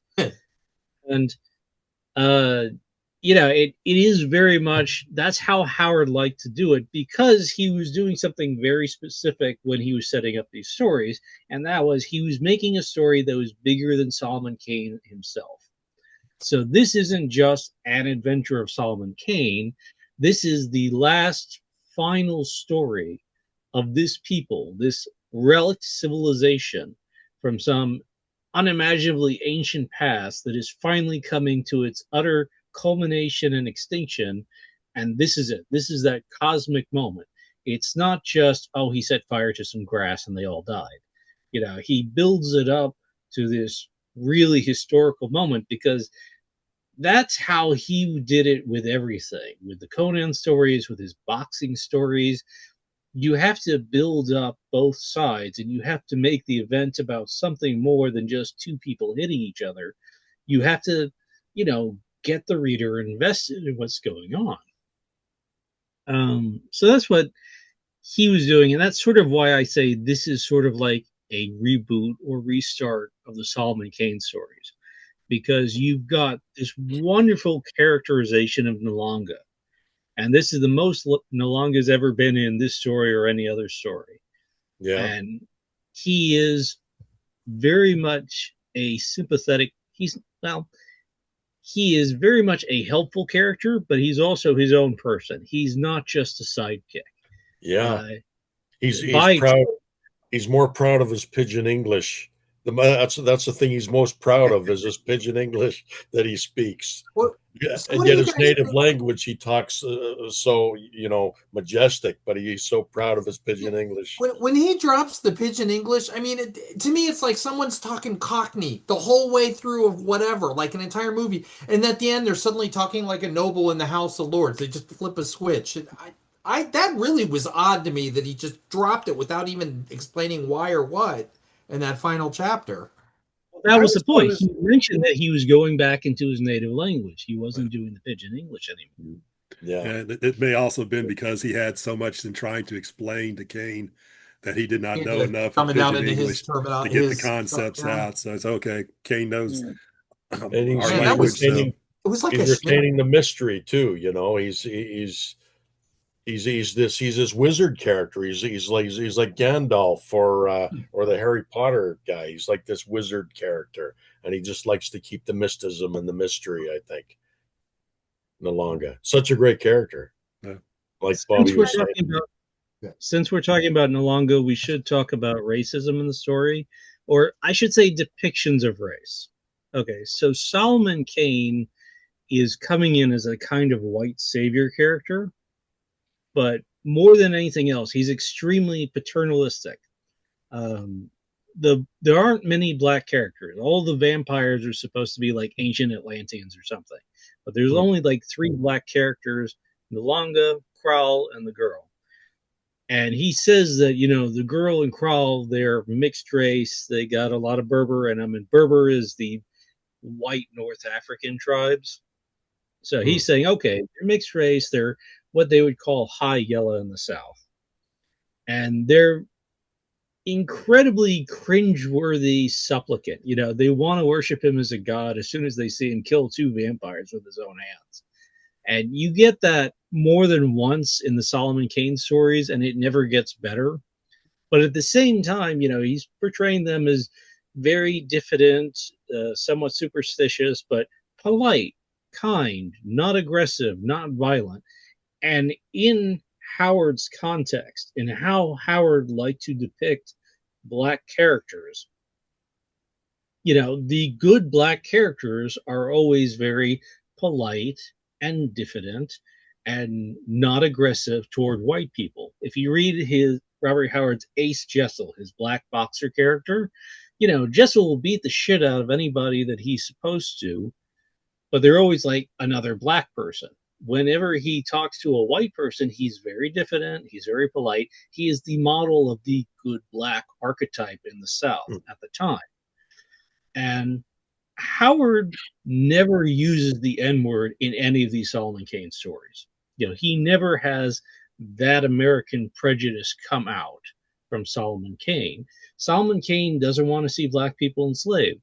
Solomon Kane doesn't treat black people like shit. He'll treat them like children because that's how they act because Howard's going through that whole stereotype that indigenous Africans are very simple and natural and all that. But, it's that weird, cringeworthy mix between paternalism and white colonialism, but not actual animus. Like, he doesn't hate people just for existing. He doesn't want to see them destroyed or anything like that. And it gets really weird. And this is also very different from how it was in the Moon of Skulls, because those guys were all insane. None of these, they were all very cruel and angry and seductive. And, this young woman never tries to seduce Kane. And none of the other black women in the stories ever try to seduce Kane.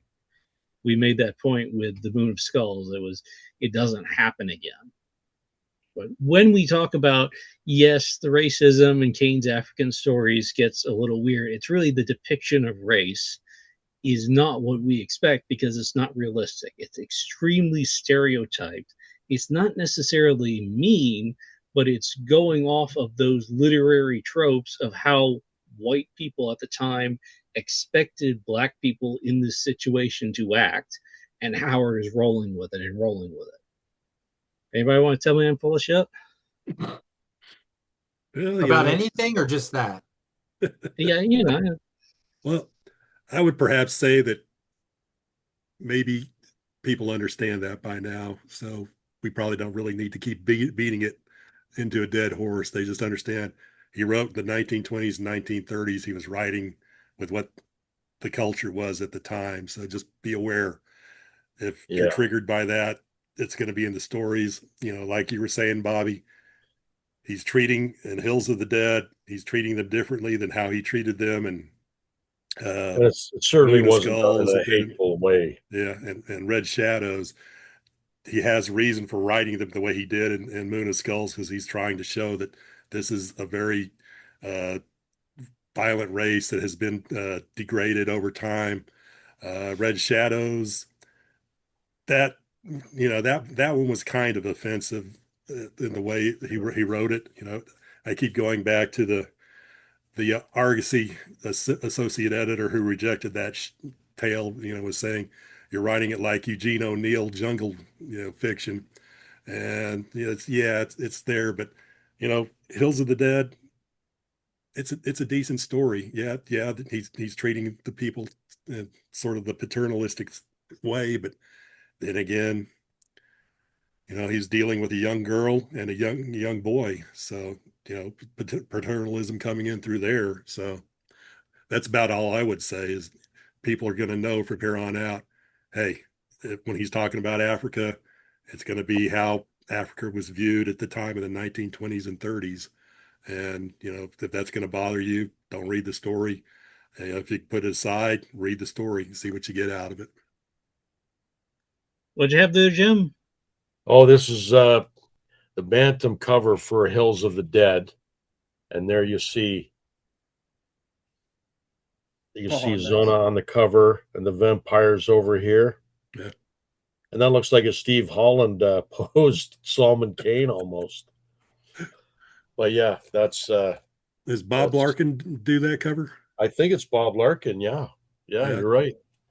Because I'm going to say that from what I know of his Doc Savage covers, I think he did get some of James Bauma's photographs that he took of Steve Holland for the covers he did for the paperback books, the Bantam books for the Doc Savage. But yeah, that's a digression off of Robert E. Howard.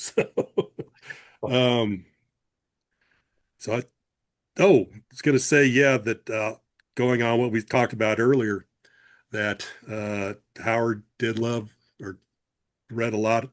We know he had 3 of H. Rider Haggard's books. He had Alan Quatermain, and I want to say People of the Mist, and I think another Alan Quatermain book. And you can definitely see their influence on his writing of his African stories, I think. And anything else we can think of at this point? To me, the Nalonga near the end of this, it's like, I've got to do some stuff. Go sit over there and be quiet. Yeah. Doesn't tell Kane what his plan is, which, Kane could have used a little warning, but basically it was to pull all the vampires out without telling Kane. Kane nearly gets beaten to death at that point, and basically Nalonga yells, "Run!"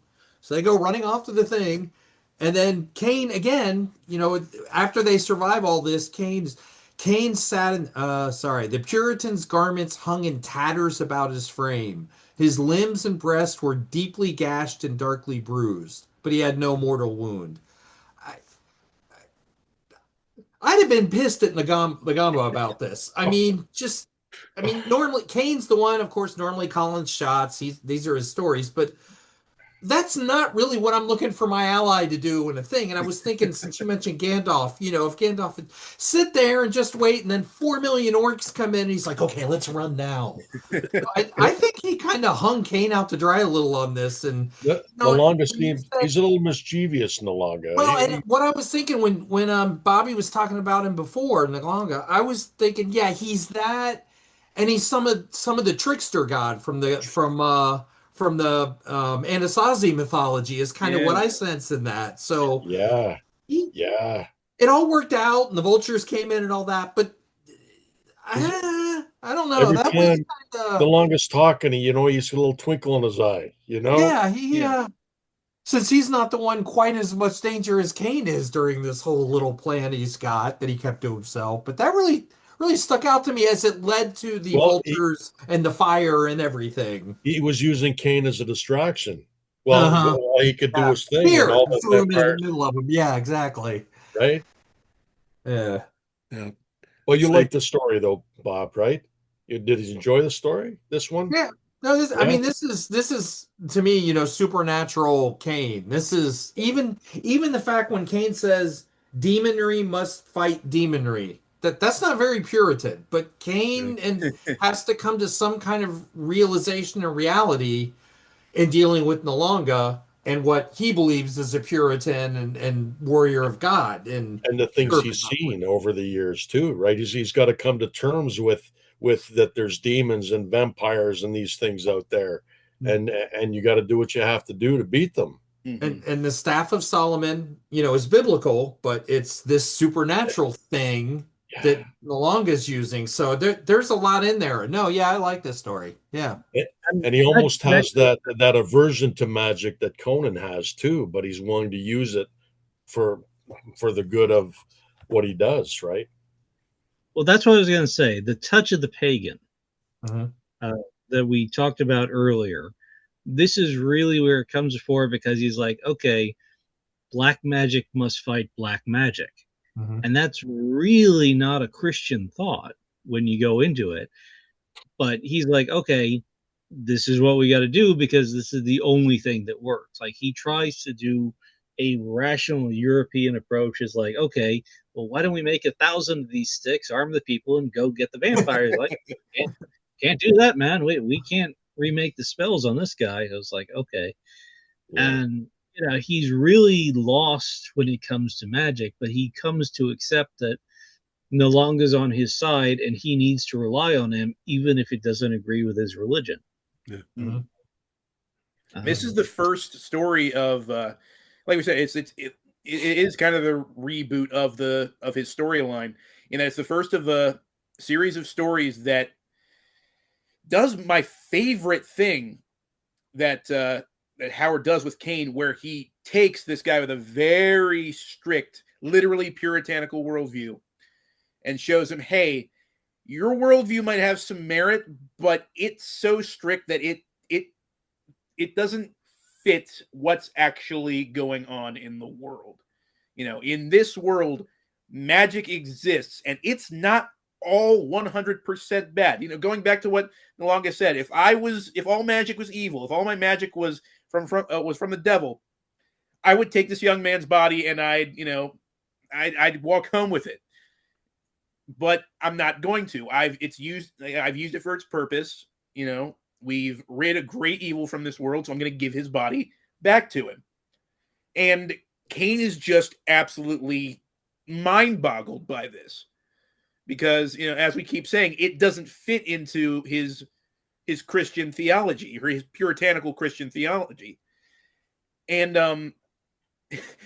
I'd like to think that in a way, Nalonga is kind of this, we touched on him being kind of like this trickster character. He has that kind of genre savvy. Okay, I know that I'm stepping into this guy's life at a point where he has to rethink everything that he thinks he knows about the world. And so I like to think that Nalonga kind of likes messing with Kane throughout these stories, where it's like, he's like, okay, white boy, I'm going to show you how some real magic works. And no, it's not how you think it works. This is how real magic works. And yeah, I love that character for that reason. And like I said, it sets him on this path that eventually we see, coming into fruition in The Footfalls Within. But that's a story for another day, obviously. But I love how this is the first step towards that eventual realization of his character. So I just looked up that Shakespeare quote. There are more things that exist in heaven and on the earth than that which exists in your philosophy. That's literally what Kane has to wrestle with and deal with the things in the Staff of Solomon and that Nalonga can do. Mm-hmm. Yeah, I like this line that Solomon Kane says when the vultures have started attacking the vampires, and he says, "Defy man and God, but you may not deceive the vultures, sons of Satan. They know whether a man be alive or dead." So, Yeah. And that echoes the Hour of the Dragon at the very end, where he's revealing that Zaltotan, even though he looks like he was alive, was always dead. Mm-hmm. He was always a corpse. So, Howard had these ideas of what undeath was like. He expressed them a little differently in different stories, but, they rhyme a little. And I'm saying that why this story has not been optioned for a movie is just a crime, because this is just a fantastic story. Oh, you want them to do a movie though? They'll just screw it up. Not nowadays. If we could somehow go back to late 1970s, early 1980s, and have them make a Solomon Kane movie, then perfect. Yeah. But it's such a small cast when you think about it. You need 4 regular actors and a bunch of vampires. Yeah, that's it. And the vampires have no speaking roles. Yeah, I'm picturing Bob Hope and Bing Crosby in a road movie with Solomon Kane and the Law. That's what we get. I just watched The Road to Bali the other day. Hey, I love those movies, but that's not quite this. So. Yeah.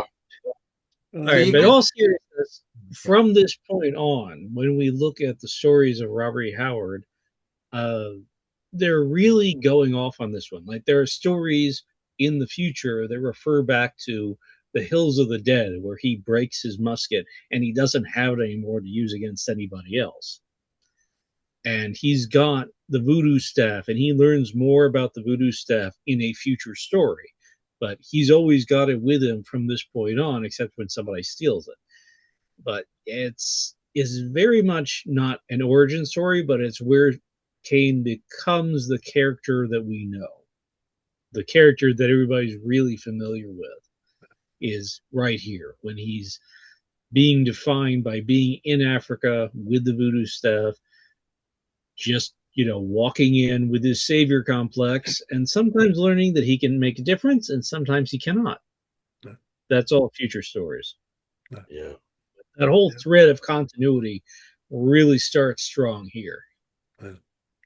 It's such a shame that he just lost interest in this character after the next few stories, starting with this one. So it's just, I don't know if he lost interest or if he couldn't sell it, because he always had that issue with, it didn't matter how much he liked the story or how hard he worked at it.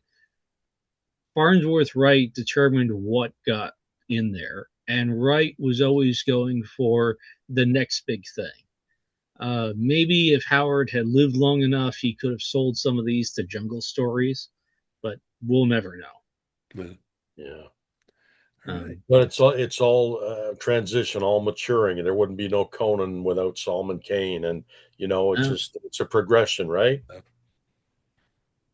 All right. Well, closing thoughts on these series of stories we've done tonight. I think all you guys know, but I always like to mention, Howard Andrew Jones had the Solomon staff in the it was the Debir and Asim. It was one of the Debir Asim novels, wasn't it? Yeah. To go back and revisit, but I was talking to him on the phone once, and we were just chatting, and I think we're talking pulp stuff, because we usually talk hard boiled pulp, all that, but somehow we got on. I was talking about the short stories, and he goes, well, you know what the staff was, right? And it hadn't registered at all. I probably wasn't as into Kane even back then. I said, well, yeah, he's got a magic staff. He goes, no, that's Solomon Kane's staff. And man, the light bulb went off, and I was like, oh man, that is so cool. That was just freaking, and it took Howard telling me that for that to register in my head. But he specifically put in Solomon's staff of Solomon into the Debir and Asim stories. That's pretty cool. Thanks. So. Yeah. All right. I'd like to read just one little bit from a letter from Lovecraft to end this, if you don't mind. All right. So this is H.P. Lovecraft to Henry Kuttner, 15 October 1936. So this is after Rory Howard's death. Solomon Kane reflected another side of Two Gun, the brooding ethical sense which made him furious over injustices and oppressions.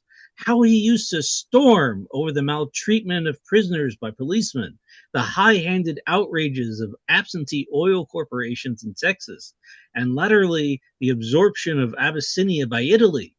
But after all, the human characters are the least part of weird fiction.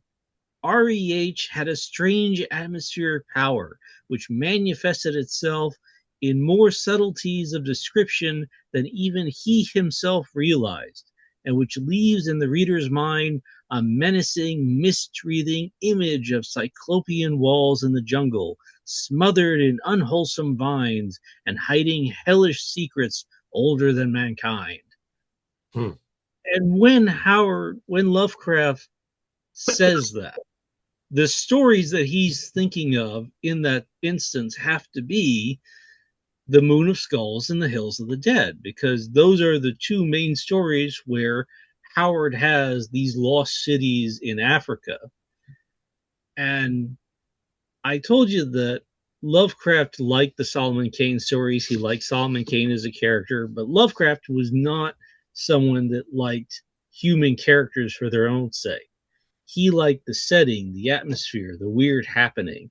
For him, it was all the cosmic picture, and Solomon Kane was just the viewpoint showing us the events. But I think what all of us will agree with is that Solomon Kane is the central character in all of these stories, whether or not he's the one narrating the action. Yeah. You know, he is the one that goes there and makes things happen. And I think that's why I love the Solomon Kane stories, is he is such a protagonist.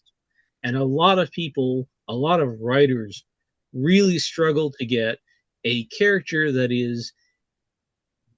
goes out and does stuff. You know, he doesn't just sit on his butt and think about it. He has his introspective moments, but he doesn't have that real doubt as to what he knows in his heart is right. You know, he'll have those little struggles of the soul about using black magic. But Solomon Kane always says, okay, look, vampires got to die. Yeah. Whatever it takes to make that happen, we have to make it happen. And it's just, that's part of what makes his stories so well paced, so forward thinking. It doesn't get lost, except in very long passages by dying priests. It doesn't get lost in that part of it because it's always moving toward the next scene, the next action. You know, the parts are moving. And Solomon Kane is the one that's, you know, sometimes riding the wave and sometimes turning the gear, but he's always in the center of it because this is his story. So I disagree with Lovecraft in that part. I think Solomon Kane is essential to all of his stories. And the settings are great, the settings are fun, but it's Kane that makes them memorable. I like that he does things just for the right reasons. He just wants to do good in the world. He doesn't do it for mercenary reasons. He doesn't have to get coerced to do things. He's just one of these characters that we've seemed to have lost sight of these days. You know, like a Superman character who just, you know, is a good person and he wants to go right wrongs. And I like that. I like that about Kane. And he does that without losing complexity. Yeah. Yes. He's got all these moving pieces inside of him, but he still keeps his eye on, you know, this is my motivation and I keep at it. Absolutely. I mean, that was Red Shadows. I mean, Leloup is just like, why are you still chasing me? What? Why? Her? Like way back then, it's flabbergasted that he's been on the run all this time from this guy for that. And he can't figure out, he'll never figure it out, Leloup. You know, Kane wasn't quitting until he was dead. That was just how it was going to be. That's how Kane is. And, you know, like you said, vampires got to die. Bad guys got to get killed. It just, girls got to be rescued. Yeah. Kane has that moral compass, and I'm God's instrument of vengeance. Pretty much. When he says men shall die for this, it means they need to die for this. I'm going to kill them. Yeah. Guys, I got to get ready to go. Yeah. Sorry I was to going to say. say, do you have anything you want to plug real quick, Jim, before you leave? No, I don't think so. I'm all good. Mention the website. What's that? Mention the website. Yeah. Oh, you did. Well, I've got my YouTube channel, Mystery and Mayhem, which you can find on YouTube under that title. So yeah, but that's it. Nothing going on right now. I appreciate, thank you guys for letting me come on. I had a lot of fun.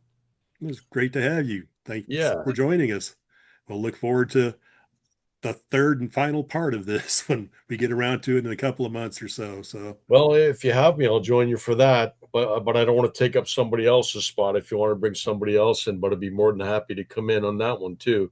And we want to do Western one. John's been blackballing people left and right. No, Oh, is that right? He's just like, nope, not you. I'm amazed I'm still here. You kidding? I'm begging people. So, gonna have to start offering money or something from here on out. So, thank you for doing it. Anybody, Bob, you have anything you want to plug? Still every Monday morning at Blackgate. At some point, I'm going to do Flintlocks and Sabers and do for Solomon Kane what we did with Hither Came Conan, but it just hasn't all quite come together yet. And fantastic. I am going to try and do one this year that's a similar type thing on Columbo and people picking their favorite Columbo episodes, because I know a lot of people in the other world that love Columbo. So we'll see if I can get one of those two going. But, yeah, cool. Everybody loves Columbo. Honestly. Oh, yeah. How can you not? Exactly. It's like him and Rockford. You got to like them. You got to love them. Absolutely. I grew up watching Rockford with my dad. I totally agree. Rockford Files, my favorite show, man. Not to go off away from Solomon Kane, but as we start talking about mystery stuff. Yeah, no, let's behave. Tim, do you have anything to plug? Oh goodness. Well, I'm from Seeger Fire Books. That's my YouTube channel. I talk about fantasy, weird fiction, horror, a little bit of crime and mystery. In fact, tomorrow, if I can wing it, I will be doing a book review of something that I have never heard anyone else talk about.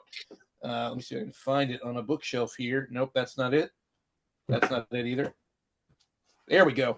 A book that I've never heard anyone talk about, and Jim, you might recognize this. This is The Sword of Morningstar by Richard Mead, which is this weird little late 60s, I believe, sword and sorcery novel that I think is just entirely overlooked.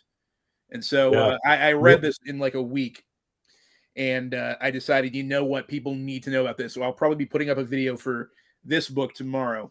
So if anyone's interested in super pulpy 60s era sword and sorcery, look forward to that. But that's all I got to promote for now. Okay. Bobby? We should have done a buddy read on that one, because I just picked it up. You and I know we should have. I saw you do it in a book haul. I was like, oh man, I need to read that. When I was done, I was like, I should have asked Jim to read this with me. I'm a jerk. Yeah. It's not too late, you know. You can always redo the video. It's true. Bobby. I've got a blog, deepcuts.blog, Deep Cuts in a Lovecraftian Vein. I mostly do reviews of Lovecraftian fiction, but also Lovecraft, Howard, and pulp scholarship, a little bit of sword and sorcery here and there. I just did a big series on the early career of C.L. Moore. So anybody interested, come by. Okay. We need to talk about starting to do a video on Howard and Clark Ashton Smith, seeing as how we did one on Howard and Lovecraft. So start thinking about that, Bobby. Okay. All right, then. I think that's where we're done. Real quick, if you want to help out the Howard House with the donating to the repair fund for the Howard House, go to REHFoundation.org. We can use any donations you give. 100% of your donations goes directly to the repair of the house. And let's see, just finally up for order is the Volume 2 of Fist of Iron, which is the first half of the Sailor Steve Costigan humorous boxing stories. So if you go to rehfpress.com, you can order it there. And I think it will be coming available to order on Amazon. But, you know, if you can order it from us so that we get more money, which will also be going towards the Howard House Repair Fund, probably, we would appreciate that. But go look for the book. If you're looking for funny boxing stories that'll make you bust a gut laughing at what happens in them. And, you know, I would say something about our bet noir, Bob, but I won't. I like Sailor Steve Costigan in the boxing stories. That's the other thing that you like that I don't like. Well, no accounting for taste. No accounting for taste. So, you know, I'll give you the old Latin phrase, de gustibus non disputandum est. So there you go. I'll throw in Latin now. All right. Thanks, folks. Thanks, gentlemen, for joining us and doing this video. Appreciate your help in doing this. And we will see you again on the Robert E. Howard Foundation channel. Thank you and goodbye. Bye. Uh, Bye.